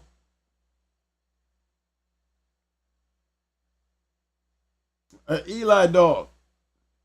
Eli 3, Shabo and Dolly and them. I mean, that's a damn good bred dog there. See, these is like him. You know, we wouldn't be searching out for him on pairs online. You know, we don't know about this dog right here. We don't see nobody pedigree bouncing up with this dog in their pedigree. But these are the kind of dogs that I'm pointing out, even though we don't know about them and they're not out there. I mean, I did say, and I keep on saying it, look out at how they are bred.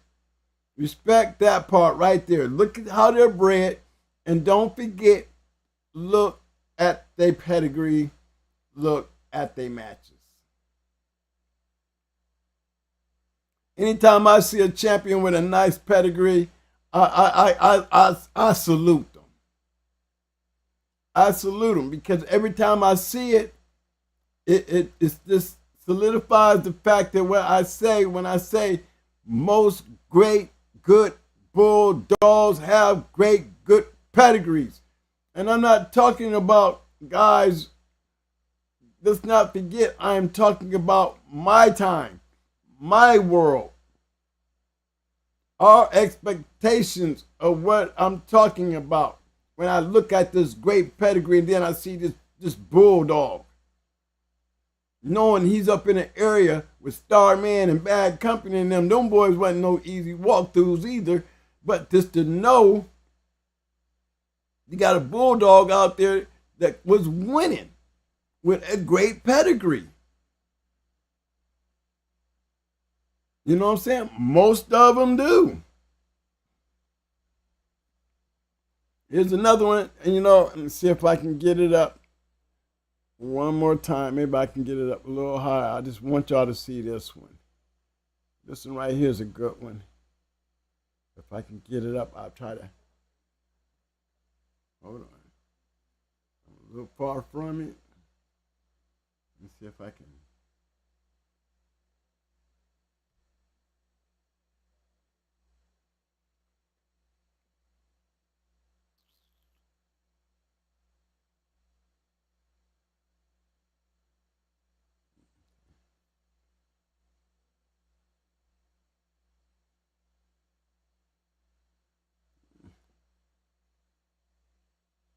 Like a light. See that? I think I've seen that one.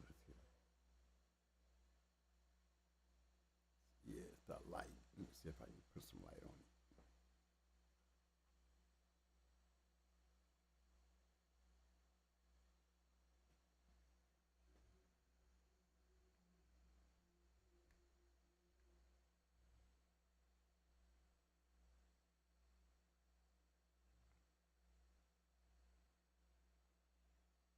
How's that? Can y'all see that? Okay. All right.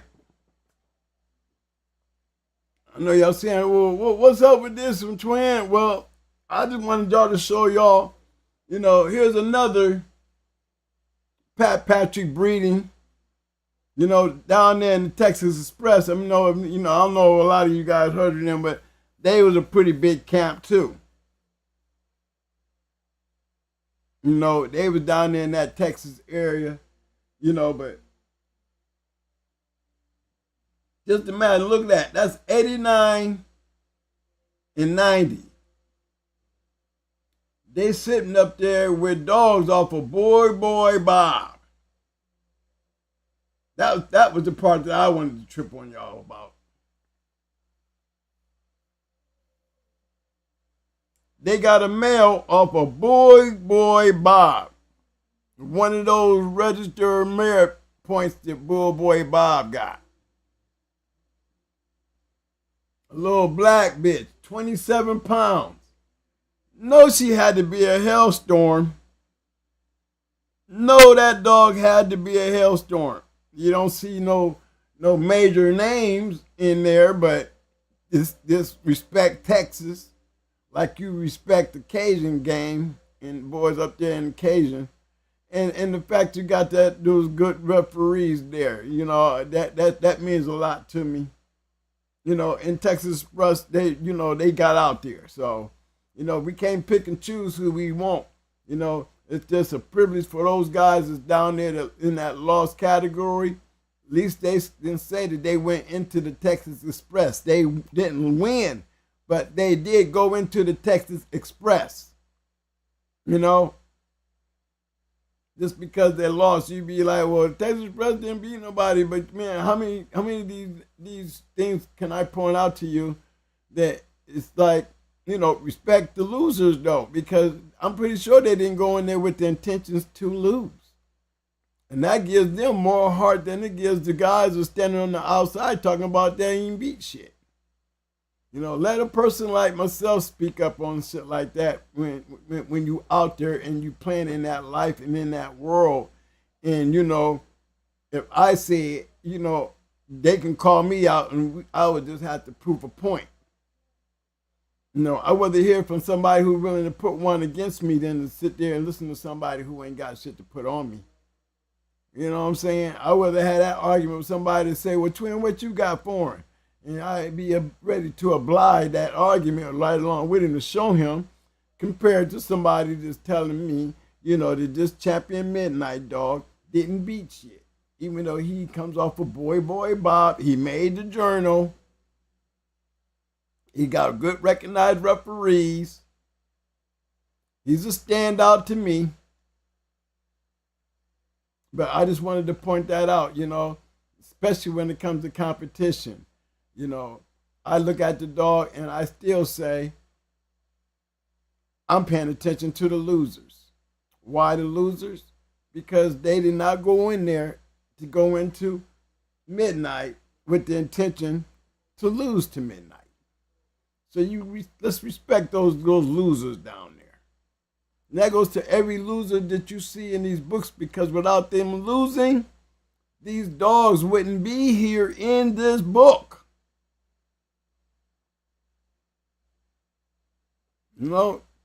Again, another way I can talk about this and that, or who you win and who you ain't winning to. Let me say that to somebody, that is in correspondence with what I do, and let us have that conversation. Imagine somebody trying to put you down and have such a conversation, and he's pro. Imagine pro trying to have a conversation telling Texas Express that Midnight didn't beat shit. You see what I'm saying? Tell me how that would sound to you. And what if Texas Express looked at Pro and said, well, let me make you number 4? Wouldn't you think that you if you were Texas Express, you would be mad as hell? When you realize that this dude that you going back and forth with, you ready to put something on him, ain't got shit? Wouldn't you be really pissy to hear him talk about your dog, like, you picking and choosing? When it came to you the way it came, good referee. That's the point I also be trying to make. When we talk about guys that are in the book,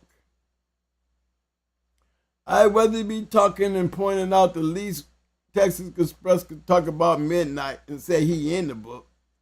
And then we can read, we can see who he beat. That's what the journal did for us. It gave us receipts, whether, a receipt is better than no receipt, especially when you have to argue. And you have to stand up for yours. Everybody didn't go in the journal. That's your fault. Because we don't even want to argue with you, because we don't, what I'm saying? There's nothing to argue about. It really ain't. because these dogs made history. They part of history. Look at us. All these years later, we going through a book, pulling them up. You know what I'm saying? That's what we doing. We're going through a book and we're pulling them up.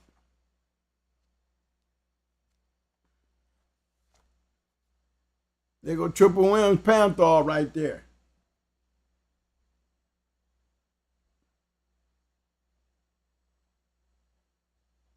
You know what I mean?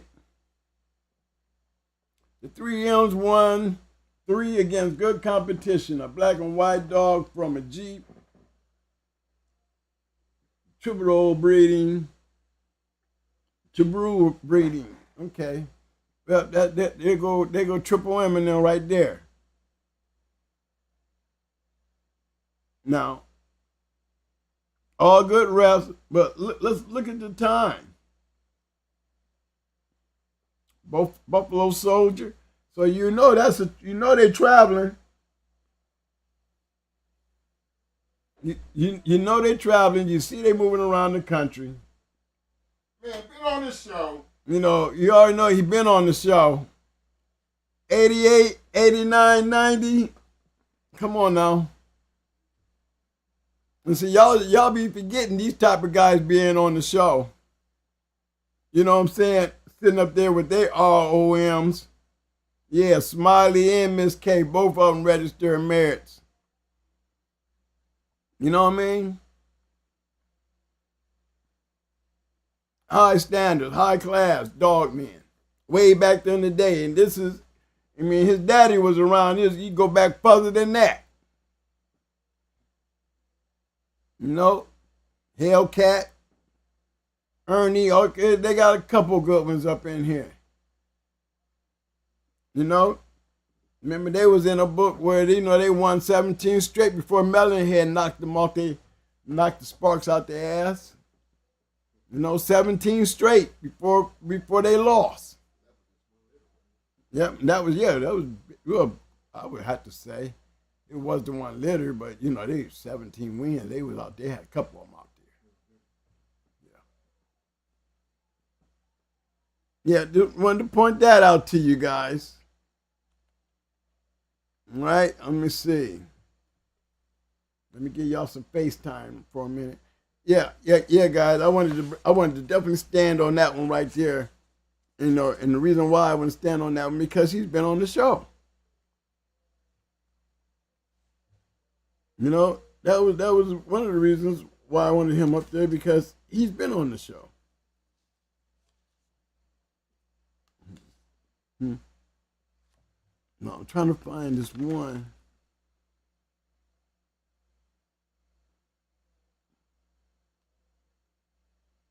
Yeah, it's LA team here.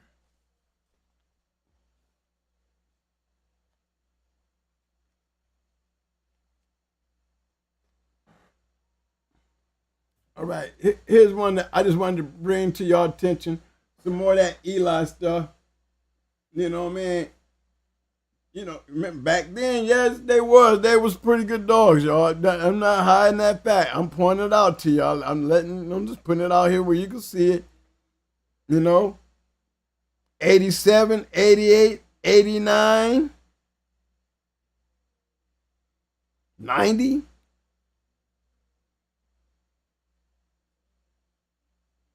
This is the dog I want right here. LA Dream Team, that one. This is the one I want right here, this one.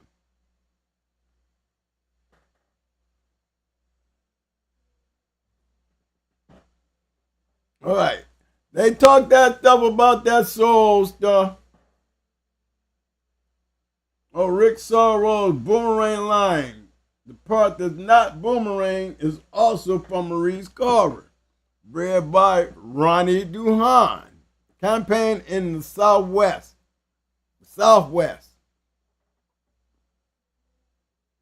Now you see, as good as that dog is bred there now, good as he's bred, look the 2 losses that he got. Look what he lost to.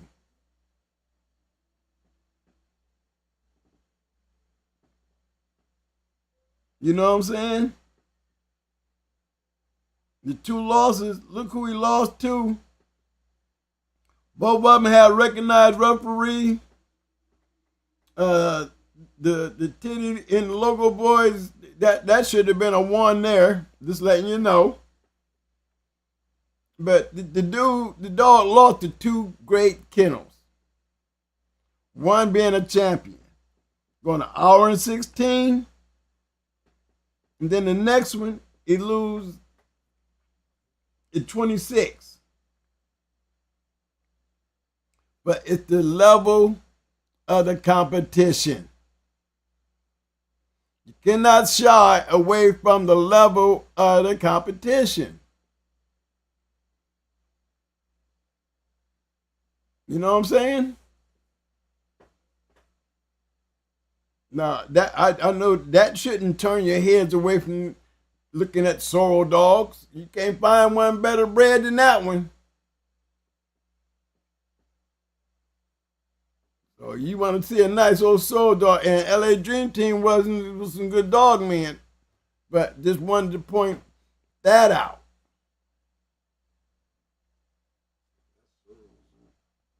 That's the real stuff. You already know.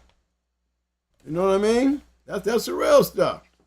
I just wanted, I wanted to go back and grab that.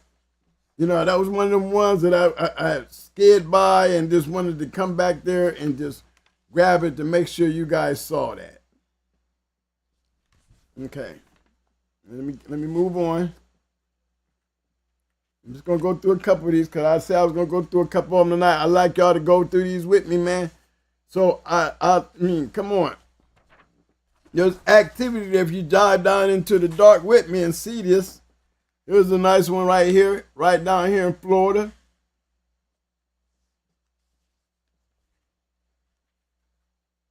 Oh, Mr. Pat Patterson.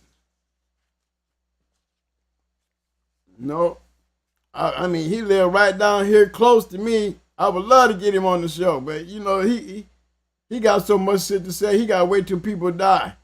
You know, he ain't got much to say about the game until, hopefully we'll be able to get a good, before I leave this world, I can really sit down because I know him. I spend time with him.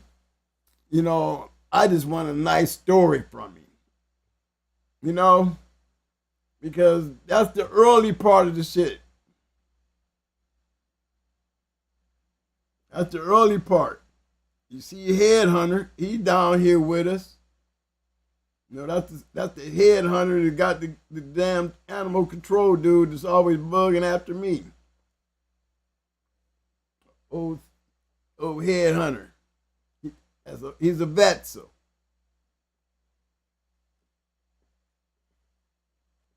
But you see the Bulls dogs though, right? I hope y'all can see that.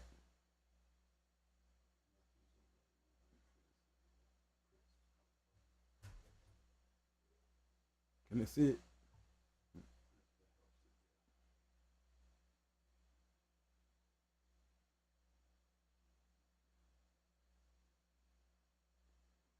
But when you talk about Bulls dogs, this is some real bullshit right here. You know what I'm saying?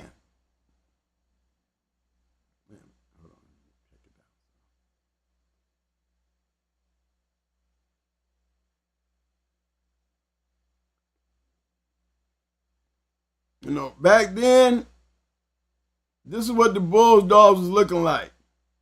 Now, see, that's real bullshit right there.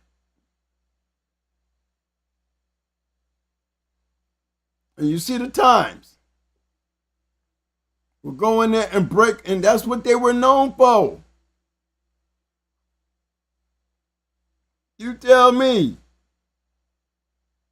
The top part ain't even familiar to you. You see that, but you're like, who is that red cloud?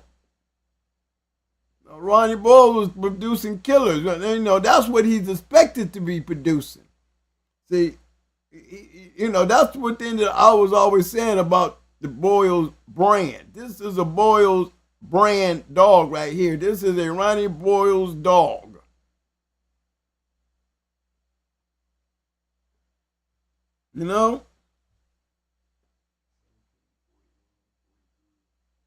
He wasn't playing.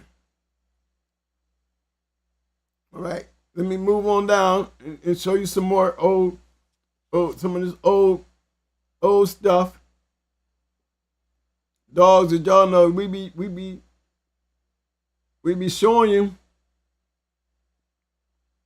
I want to show you how they all went. Again, that was a good bred dog. Come on now. He was a good bred dog. We still looking at good bred dogs, y'all. That's the other part I want y'all to keep reminding you about.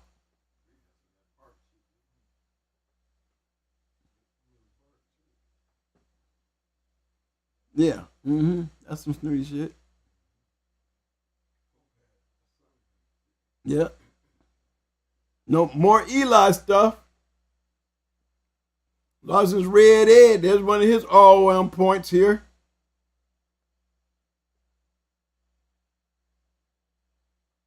You see the weight. 89.90.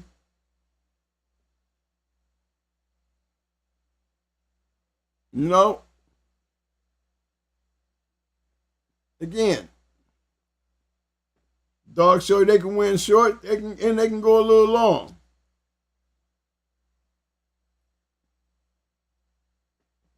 Here's my other one coming up on this one here. Hold on, let me see if I can bring it down and go find it. I just wanted to bring Peanut up in here, another Sorrels dog. I wanted to make sure we got that one.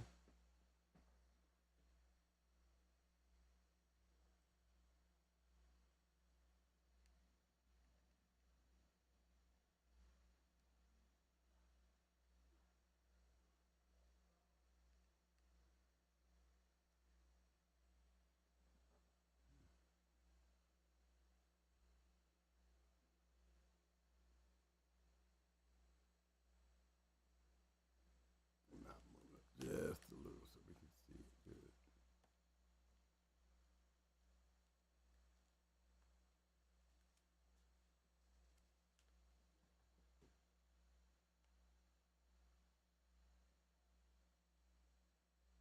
it good. Okay, y'all, can y'all see that?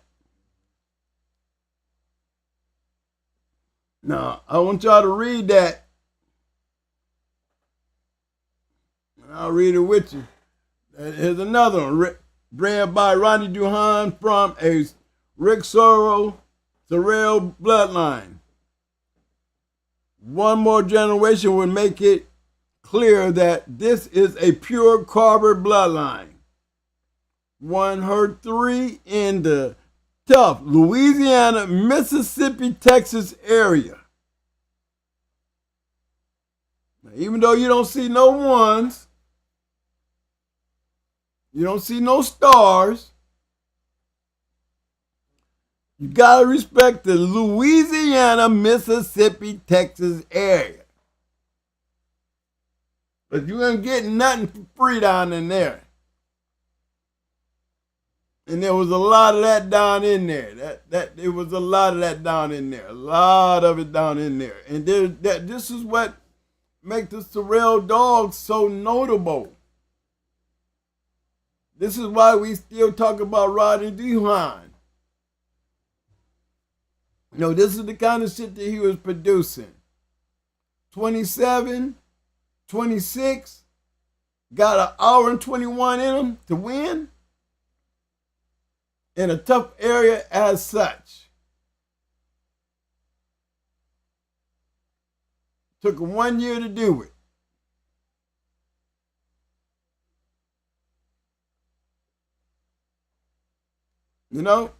Good line. Good line. Again, another good bred dog. Another good bred dog.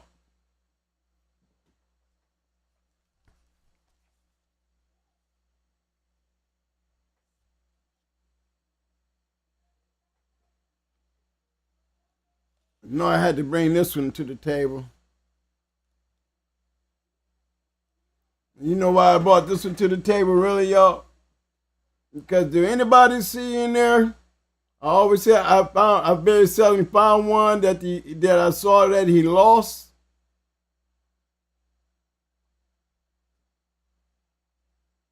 Let me point it out to you. That name right there. That's Larry Combs, Super Nat. Yeah, he got beat by old Red Boy though. Got beat quick. 26 minutes. He got beat quicker than everybody else. The killer get killed. You know what I'm saying? Look at the referee.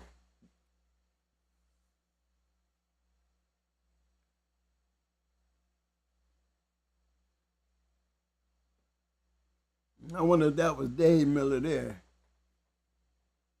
You know, he a Red Boy man himself.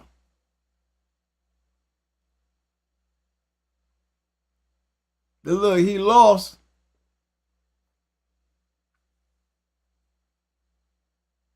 He definitely took one to the chin in an hour and two. Going for his grand championship. But that's what happens. That's what happens. You get enough. I mean, he look at this competition. He beat Fletcher Shavers. He beat the Cunninghams. He beat Supernat. He beat Packing them. I mean, goddamn. You know what I'm saying? So you knew going for number 5, that Miko dog. He best believe he had to be something special. Either he was something special or they were doing something wrong. You know what I mean? Either way, you know, look, he won 4 in this real stiff, great competition. And lost number 5 with a dog, not even a champion, not even a 1. So that shows you that you ain't got to be a 1 or be a well-known bulldog to be the great dog. Now they can run around and put that kitten red R man all over that pedigree and everybody be jocking that Red Boy. But without this match report,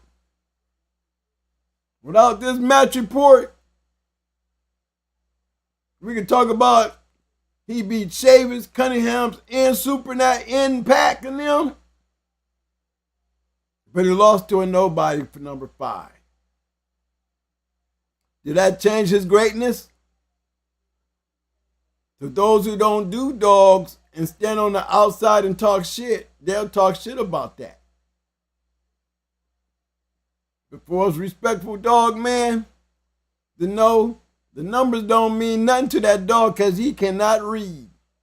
He do have no idea, and he the one got to get in there and do the work. So if you got a bulldog that's stepping on the other side of that wall, that's why you're supposed to always respect whoever standing across from you. Because I'm telling you, whoever it is did not come in there with the intentions to lose.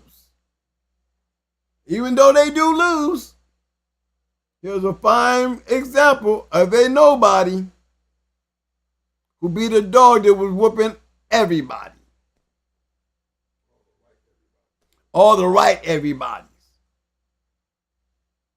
You know, that's the sweetness of the competitiveness of the game. I want to give a big shout out to my man, Mr. Marcus B. What up, fam? Big shout out to my man, Mr. Brandon Crawford. I see you, fam. I'm going to pull this one down here because this one got some pretty good dogs on here, 89, 90s. I'll bring this one up here because this one was one of them good ones. Big shout out to Jeep Red Boy Rascal. I see you, fam. Now look at this one here coming off of Grand Champion Pedro. And Garden Spike down there, Snooty Girl.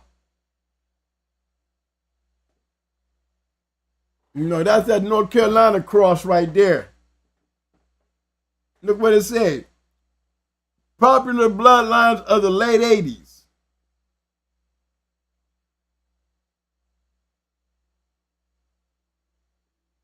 One thing for damn sure is around the late 80s and, you know, wasn't that early 80s, Mike, that we had Dusty and them? Yeah, Blood and them was in they was in 81 and 82s and 83s. Yeah, we was in there at 82s and 83s, so we were having stuff right off of Rascal in there. If we had knew they was down there like they was. Mm-mm. Oh yeah, with Dusty and them, the Rascal Dogs, yeah. Yeah, because Blood and them really put us on that though. Blood, we was really didn't know. We was with Judo and Blood and them. We was Snooty. You know what I'm saying? That's all we was. Snooty Molly B. That's all we knew. We didn't know a damn thing about them either. We was snooty people. You know? Once I got with Pope, then I started getting them Eli dogs and Rascal and stuff. Them the kind of dogs Pope was messing with. Those who don't know, Pope, Shirley too. Better go look at Blackjack. There's the proof that I'm talking about because it's right there in Blackjack's pedigree. You should have no doubt. You know, that's just one of them pieces of my receipts and the shit that I taught. But without this paperwork, we would never know that there was a dog out there like that. Again, you don't see nobody major. You see a one over there. He won that one. The one is the one he beat the quickest.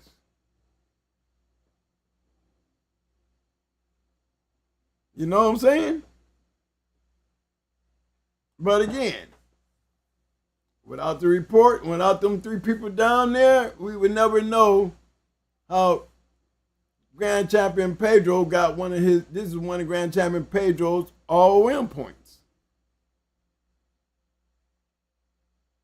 One of his ROM points of Grand Champion Pedro and that Strickland's Whitehead, you know, coming off a Spike. Come on, man. Pancho Pedro being bred to Whitehead, a daughter of Spike, and let alone Snooty girl.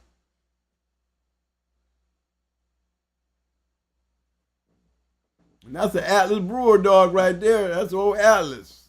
No, that's Carolina.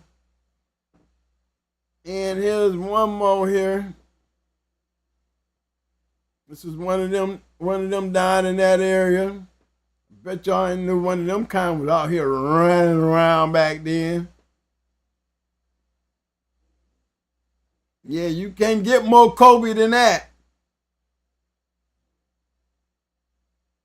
You sure can't get more Kobe than that. It's been a long time since a pure Kobe bloodline got on a champion list. Did you hear that? A long time. And we talking about 89, 90. A long time before a Kobe bloodline got on a champion list. In the recent years, this bloodline has been used more or less as an outcross. However, at one time, it was the most successful bloodline in the history of the breed and was the foundation stock of many great kennels. But we know this. We know this because those who's been on this show, we can use Finley's Bow, we can use Red Boy, we can just do all kind of things with that Kobe shit, man. But just to think, without this book, wouldn't be a piece of thought to know. That's good information. Bahu, you already know they down there in the areas of the Cajun land. There go Mr. Bill, there go Red Line Lean. I mean, good referees. And again, I see travel. I see travel. You got Mr. Bill at your joint, you're just traveling. Winchester Kennels, you're traveling. Bayou Boys, you're traveling. Island Kennels, you're traveling.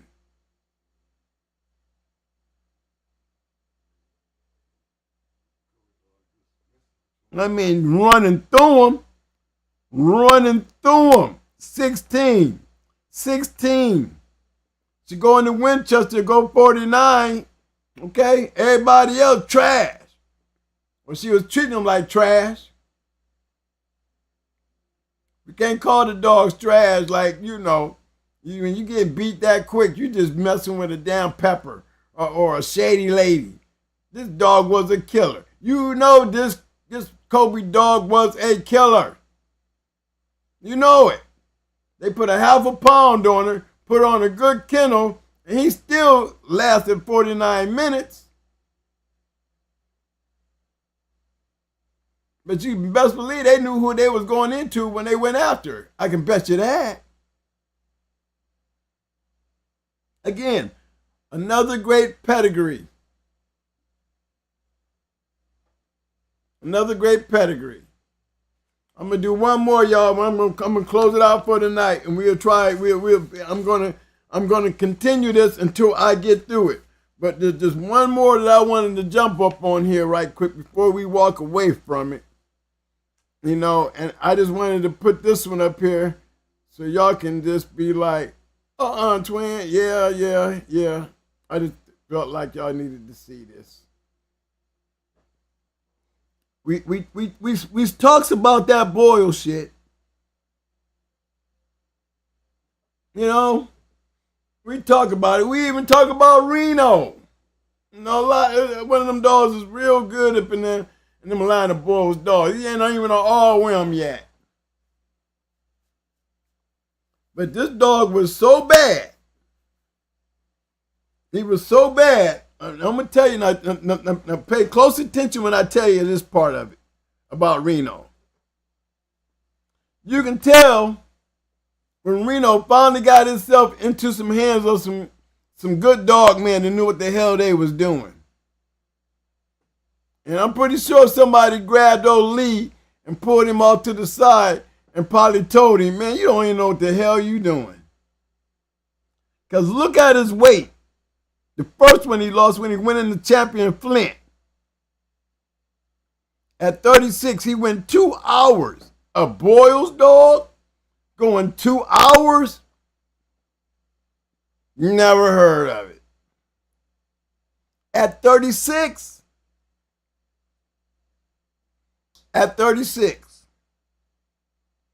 Then he turned around and he lose to Rebel Kennels.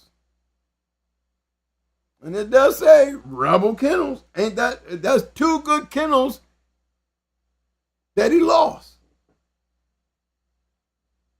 Look what his weight is. 40. Now y'all tell me something. To come up from 36 to 40, that's 4 pounds. That's some old going hard dumb shit that we did with judo.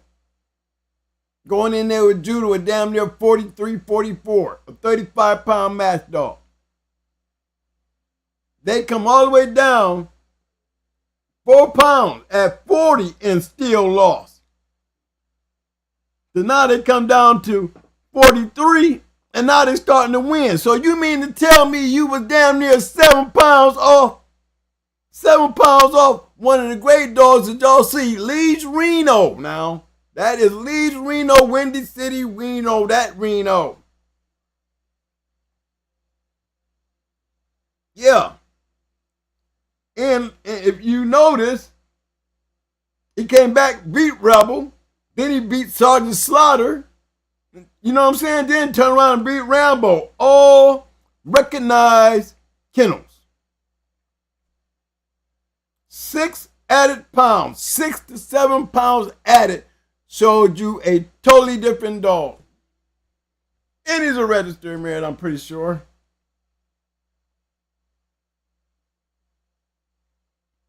Champion Reno. I just wanted to show y'all that one. Another great bred dog with an interesting history. How many people knew that? How many people, when you see Reno, did you know that he lost? Did anybody ever tell you how he was in some young boy shit when he lost them first two? And whether this was a old man in the game being new to the game, whoever had him, thank God they got it right. I say again, thank God they got it right. But that's interesting.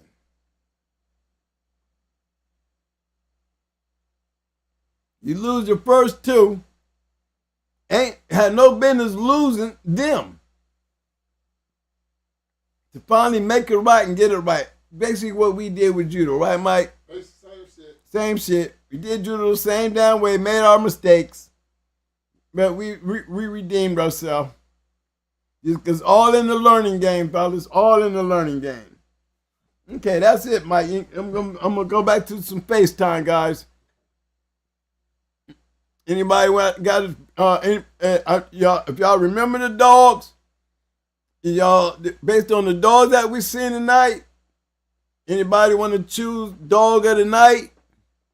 I'm gonna let the chat room come up with some suggestions. It got to be the dogs, some dogs that we seen. So if you was paying attention, you can remember some of the dogs that we showed. Cause I'm not going back through them, but if it was one that caught your fancy, it's going to be the chat room to pick out the dog of the night. But it's got to be based on the dogs that we seen. Reno was he's already on my list. I had Reno. I could even throw the other Bulls dog up there. That I'm going to go FaceTime with you guys. Just let you see it. All right. Now, I know I like taking y'all through those books, not only to show and solidify the facts that, I don't need pairs online to prove my facts about how good bred champions are good bred dogs. I can just say I'm adding to that notion that I can not only show you on pairs online, but I can actually show you in the journal where it's part of history. And how some of these dogs made history and pointing out some of the things that you may not know about the dog, even though they made history. This gives you a little insight. You know what I mean? If we had Action Magazine and was able to turn to those pages, we would even get the actual report of those matches. But we always said that about the Bulls dog. You was always gonna find that L. Yeah, you start finding them. Yeah, and it got worse. Yeah, it did. It got worse when they started flooding up there, getting into that Great Lake area, boy. They was really dropping. It was Red Boy dogs that was doing it. Red Boy, I consider Yellow John, and then was Red Boy dogs to me back then. It was them Yellow John and them yellow dogs, they started hitting the scene, and that's where the game started getting like, who in the hell, what is this Red Boy shit? Usually back then it was Kingfish, Zebo, Art, the major names, Angus. Mm-hmm. Yeah. We just didn't have it. I remember Joe Downs had the right hand man. Right. He won with him. Then he sold him. But they was pretty popular. Tip had a couple of them. There was some good Bulls dogs around. The DMV had some good ones. Yeah. Virginia, Maryland area. Yeah. But hey. I didn't get not one, just letting you know. I don't want to hear nobody say something tomorrow. You know what I'm saying? Mike had the chat. I do not look at the chats during the show. Now, if there was anything worthy that he bring to my attention, usually he would bring it. Now, I did ask anybody had anything to say about, my opinions and what we talked about earlier. You know what I mean? Everybody had a chance to put the 2 cents in or express their emotions or feelings.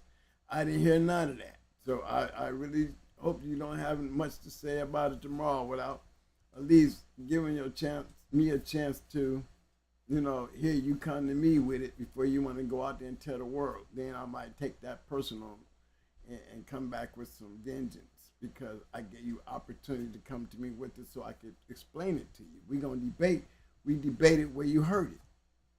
You know what I mean? Don't need to go run out there and try to debate it to some people that don't have my type of knowledge because if they don't understand what I'm saying, then, you debating something that's not, on something that you could have brought to me, you could have got a better understanding or a better conversation. So there was nothing thrown at me tonight. So I hope I don't have to worry about nothing tomorrow. So before we close down, before we shut down, give you one more opportunity. So I don't want nobody else to be out here thinking that I'm talking foul mouth to anybody in particular. I don't want nobody taking nothing that I say in a note that is foul. You just got to look at it like, it's not being foul because if I'm going to talk about your shit, I'm going to talk about your shit in a way that, you get mad and you be like, let's get off this internet shit and come talk about it. You know what I'm saying? That's the only way we gonna talk, Tony. We cannot talk out here. What difference is to talk out here, but we give everybody else a show of us talking shit to each other back and forth. You know what I'm saying? No, I'll say it like this. I wouldn't have fun doing that. I'm gonna talk shit. We're gonna get off of this shit and get into some dark like shit. You know what I'm saying? And whoop and talk shit all day if we can. You know what I'm saying? Till that day comes. But outside of that right there, you know what I'm saying? It's nothing serious. I don't want to argue with nobody else about, trying to put my dogs out down there in our dogs in the past out the pasture. But I'm looking at your pedigree and I'm looking at but you want to sell your pedigree like you got some shit and you want to brag about that shit because you sure ain't talking about the shit that's in front of the shit you got there in the back. Because we don't know nothing about that shit. The only thing we recognize is what we see right there. But you want to put all that on the front end and say, forget the back. When it really doesn't make any sense to do that. Because we was looking at the front, we wouldn't know nothing about your shit to be bothered with you anyway. Just thank God that we can see what you got in the back that made us interested. But when it boiled down to the dog, again, you wouldn't have to worry about me bothering you about the shit, care how he was bred. He'd been bred with the shit in the first generation, and I wouldn't have been bothered with him because he's being bred and sold for other purposes than the purpose that I want. And he does not fit the caliber or the criteria of a dog that I would want. Does not mean that your dog is a piece of shit. Did you hear me? I said it clearly. So nobody had no misinterpretation. It's never meant when it comes to me talking like that. Unless, you throw a curveball at me and I go, I see, you missed. Now I got to go throw lugs and shit because, you know what I'm saying? Okay, you didn't got all personal. I wasn't even trying to be personal, cuz. When I tell you your dog ain't shit, you better be ready to grab him and come on down here in my world and come play. If you tell me mine ain't shit, I'm going to be knocking on your door. Okay, well, guess what? Guess what? We ain't going to be on Facebook. We ain't going to be on YouTube talking about it. You know what I'm saying? And you don't want nobody want to get in no trouble. You don't jump in there and get that correct. I be all out here telling them everything. He ain't want no juice. That nigga came at me with a pacifier. You know what I'm saying? Some of that old bullshit dog talk. All that old bullshit dog talk. He ain't nothing. You ain't got shit. You feel hell yeah, I'll put it out there. Hell yeah. I might even go and start me a whole post on Facebook. With the eyes looking. Can't find him. Where he at? Where he go? You know what I'm saying? Just kicking it with y'all though. Hypothetically speaking, I'm a pick. Hey man, look, appreciate everybody for coming out and showing up tonight. I don't know what to say. I watched the chat. Big shout out to everybody out there in the Shark Tank. Look, fellas, it's one of them hard type of conversations to even have. some of the guys kind of like almost feel like disrespected and shit. You know what I mean? It's bad when you got your peeps feeling disrespected. Oh yeah, yeah. Come on. Oh, I forgot about him. I'm getting him in the next one. But you know what I mean? You don't want people to be feeling like it's disrespect. You kind of want everybody to just sum it up. I always say it all the time, regardless of what you're doing, how you're doing it. You do what you're doing. The thing is, there's levels to this shit, and the purpose depends on the person with the dog. So, you know, whether you're breeding them for your self-preservation or you breed them to make some money, that doesn't determine the quality of the dog, and it definitely doesn't determine the quality of the dog, man. The end product is going to always determine that regardless of what the purpose is. And that's where you get your gratitude, the appreciation based on being able to maintain and be creative with your own purpose. You know, and I think once we get that part understood, because for me, I think all of us a learning process. You know, we like he showed you in the book how Reno lost his first two. Now, common sense would tell you, how does a dog go from that weight, losing 2 times, to going into some of the top competition and beat all 3? That almost sound like, that's kind of what our story looked like. Messing around with judo. Somebody when he was green. But as you'll notice, things do get better because it's all a learning experience anyway.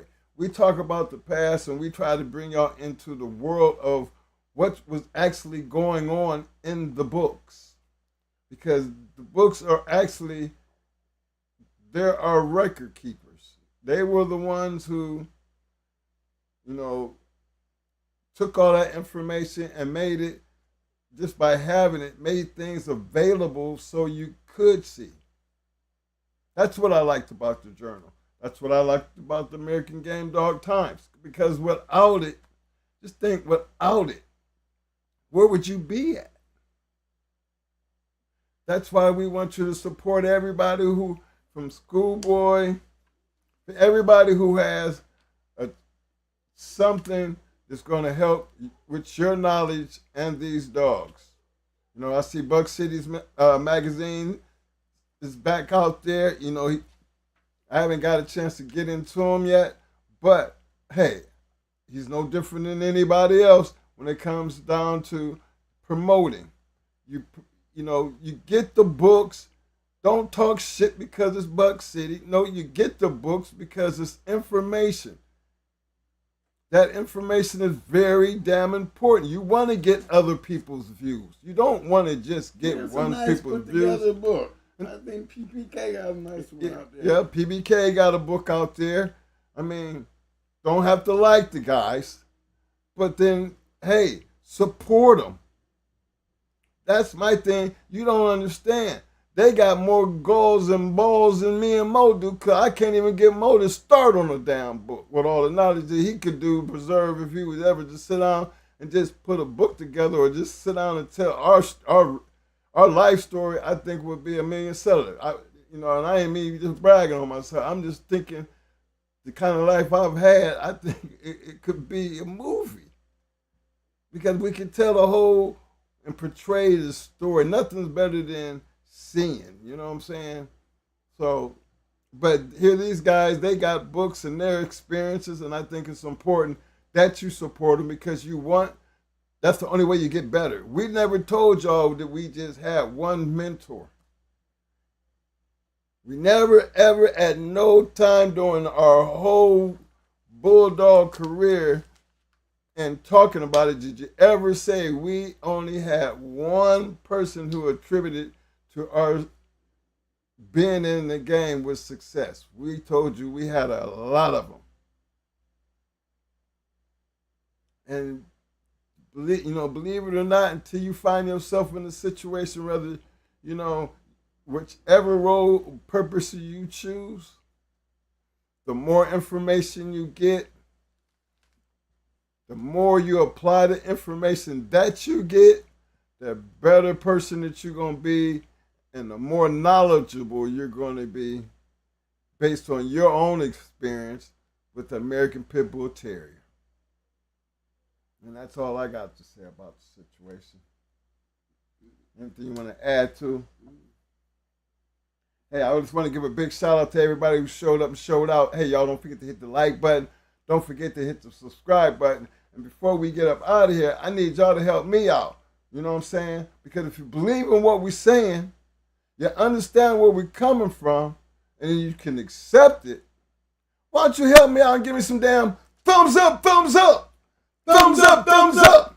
Muscles, muscles, muscles. Come on, fellas. Now, give us some damn roses, roses. The old dog man need real damn roses. God dang it, give them up. Give up the roses, man. Show love. If you can't do nothing else, you gotta show love. My thing is, you don't wait till somebody they throwing dirt on somebody to give them they roses. The Denny Greens and the Mr. Mike Loomis RIPs.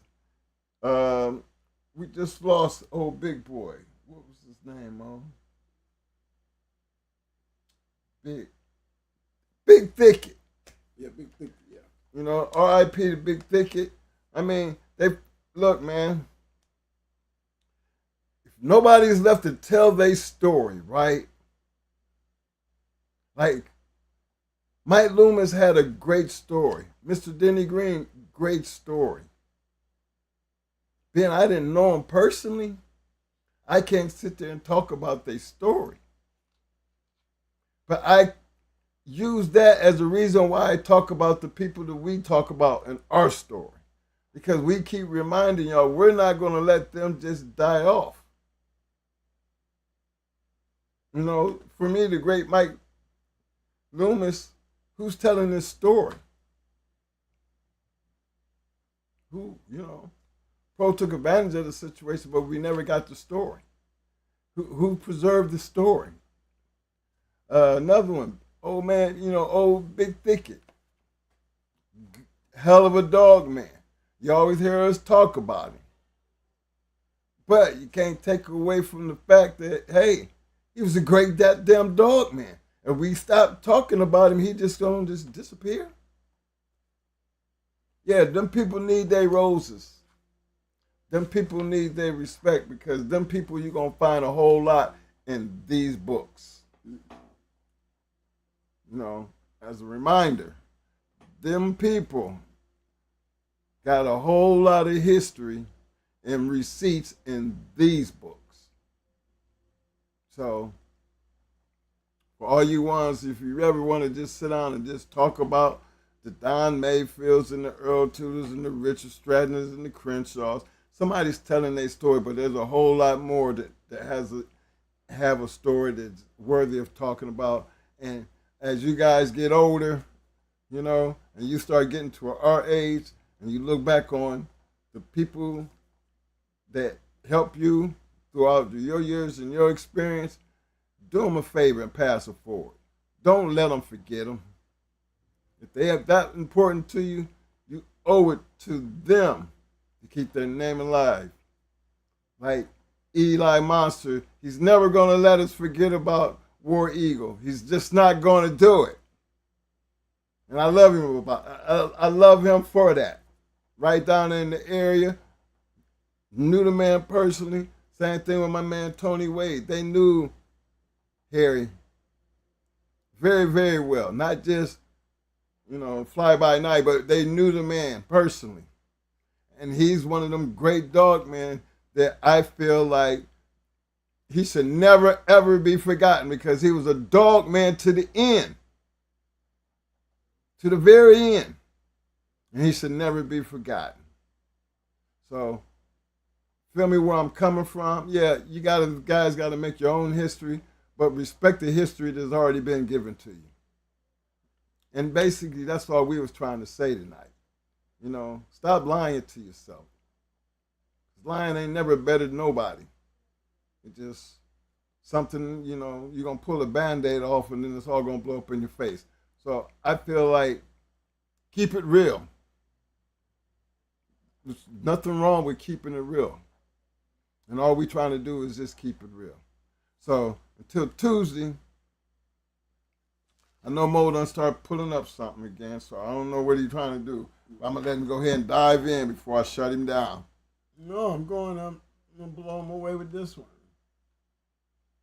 My dog of the night. Okay.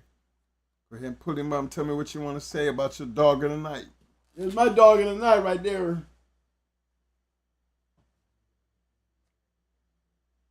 Yep, there's that same old Reno. They want to blame it on seizures. Well, I'm pretty sure being that low, 7 pounds short from where you actually became a winner, a couple winners, you know, he probably was having seizures. The wrong weight.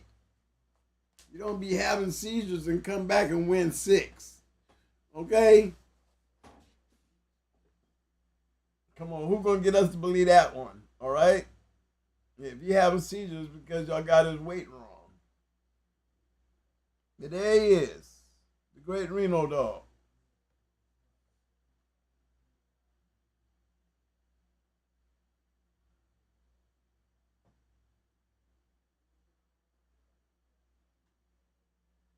Okay, Mike, you can bust it out. That's cool. Right with that, man. All right, that's going to be your dog of the night. Yeah, Hey, let me get this music together, man, before we get out of here. Then we got to scratch the wind out the Yeah, dog. we got to scratch the wind and shit, yeah. Thank you guys for coming out, man, on this Friday night. You know, I hope y'all ride out with me, man, and think about what I said, man, and spread the love, man. Just spread the love. Nobody trying to be better than anybody. All we trying to do is share our past with your past, with your future. So y'all can carry it with you, man, so we can have a past in the future. Yeah. All right. Hey, all right, fellas, you know, I'm going to be changing up.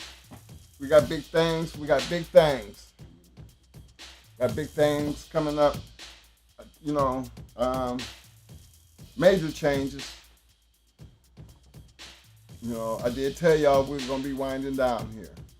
So, there's going to be change to the format. I'm looking forward to it.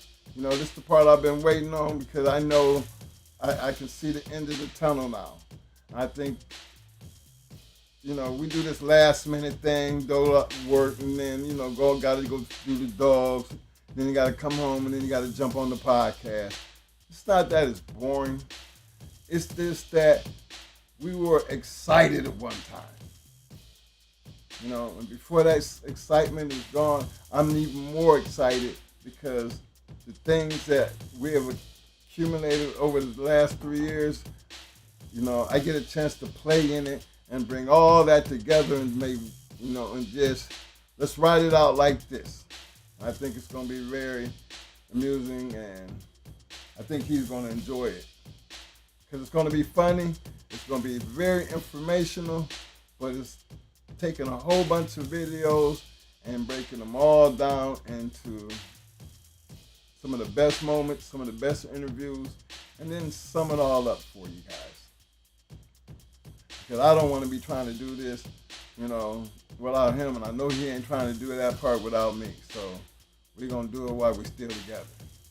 So if you learned anything about the situation, especially tonight, you know, your bulldog's supposed to represent who you are, regardless of what you're doing on either side of the purpose. But one damn thing you better always do, I mean, I always think, you know, in order for your dog to be as tough as you say he is, you better be tougher. So when you fall down, that means you got to get back up. If you fail, you accept your losses and move on and do what it takes to be better.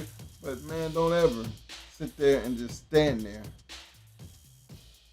Don't be that guy.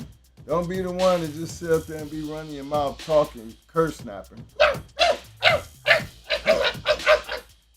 And that make you tough. Nah. Be that one that growl and then give you that little Cause you know them kind right there, you know it. They always. They always. I mean really. They always scratch the wind. All the time, Hey, look. Love y'all, man. You rocking out. Hey, man, you see the say about the Reno dog, right? The 2 losses he had, right? He murked them both. Yeah. They both they passed away afterwards. So he must have had a hell of a mouth. Well, he is Boyle's bred. Yeah, that's a Boyle's brand dog, man. Yeah. When you see it, like I said, when you see it, that's in that picture. We're gonna tell you some shit about it. There you go. A Reno. Hey, see y'all Tuesday, man. Yeah, y'all see that bolio up in there? All that carver shit. Still carver.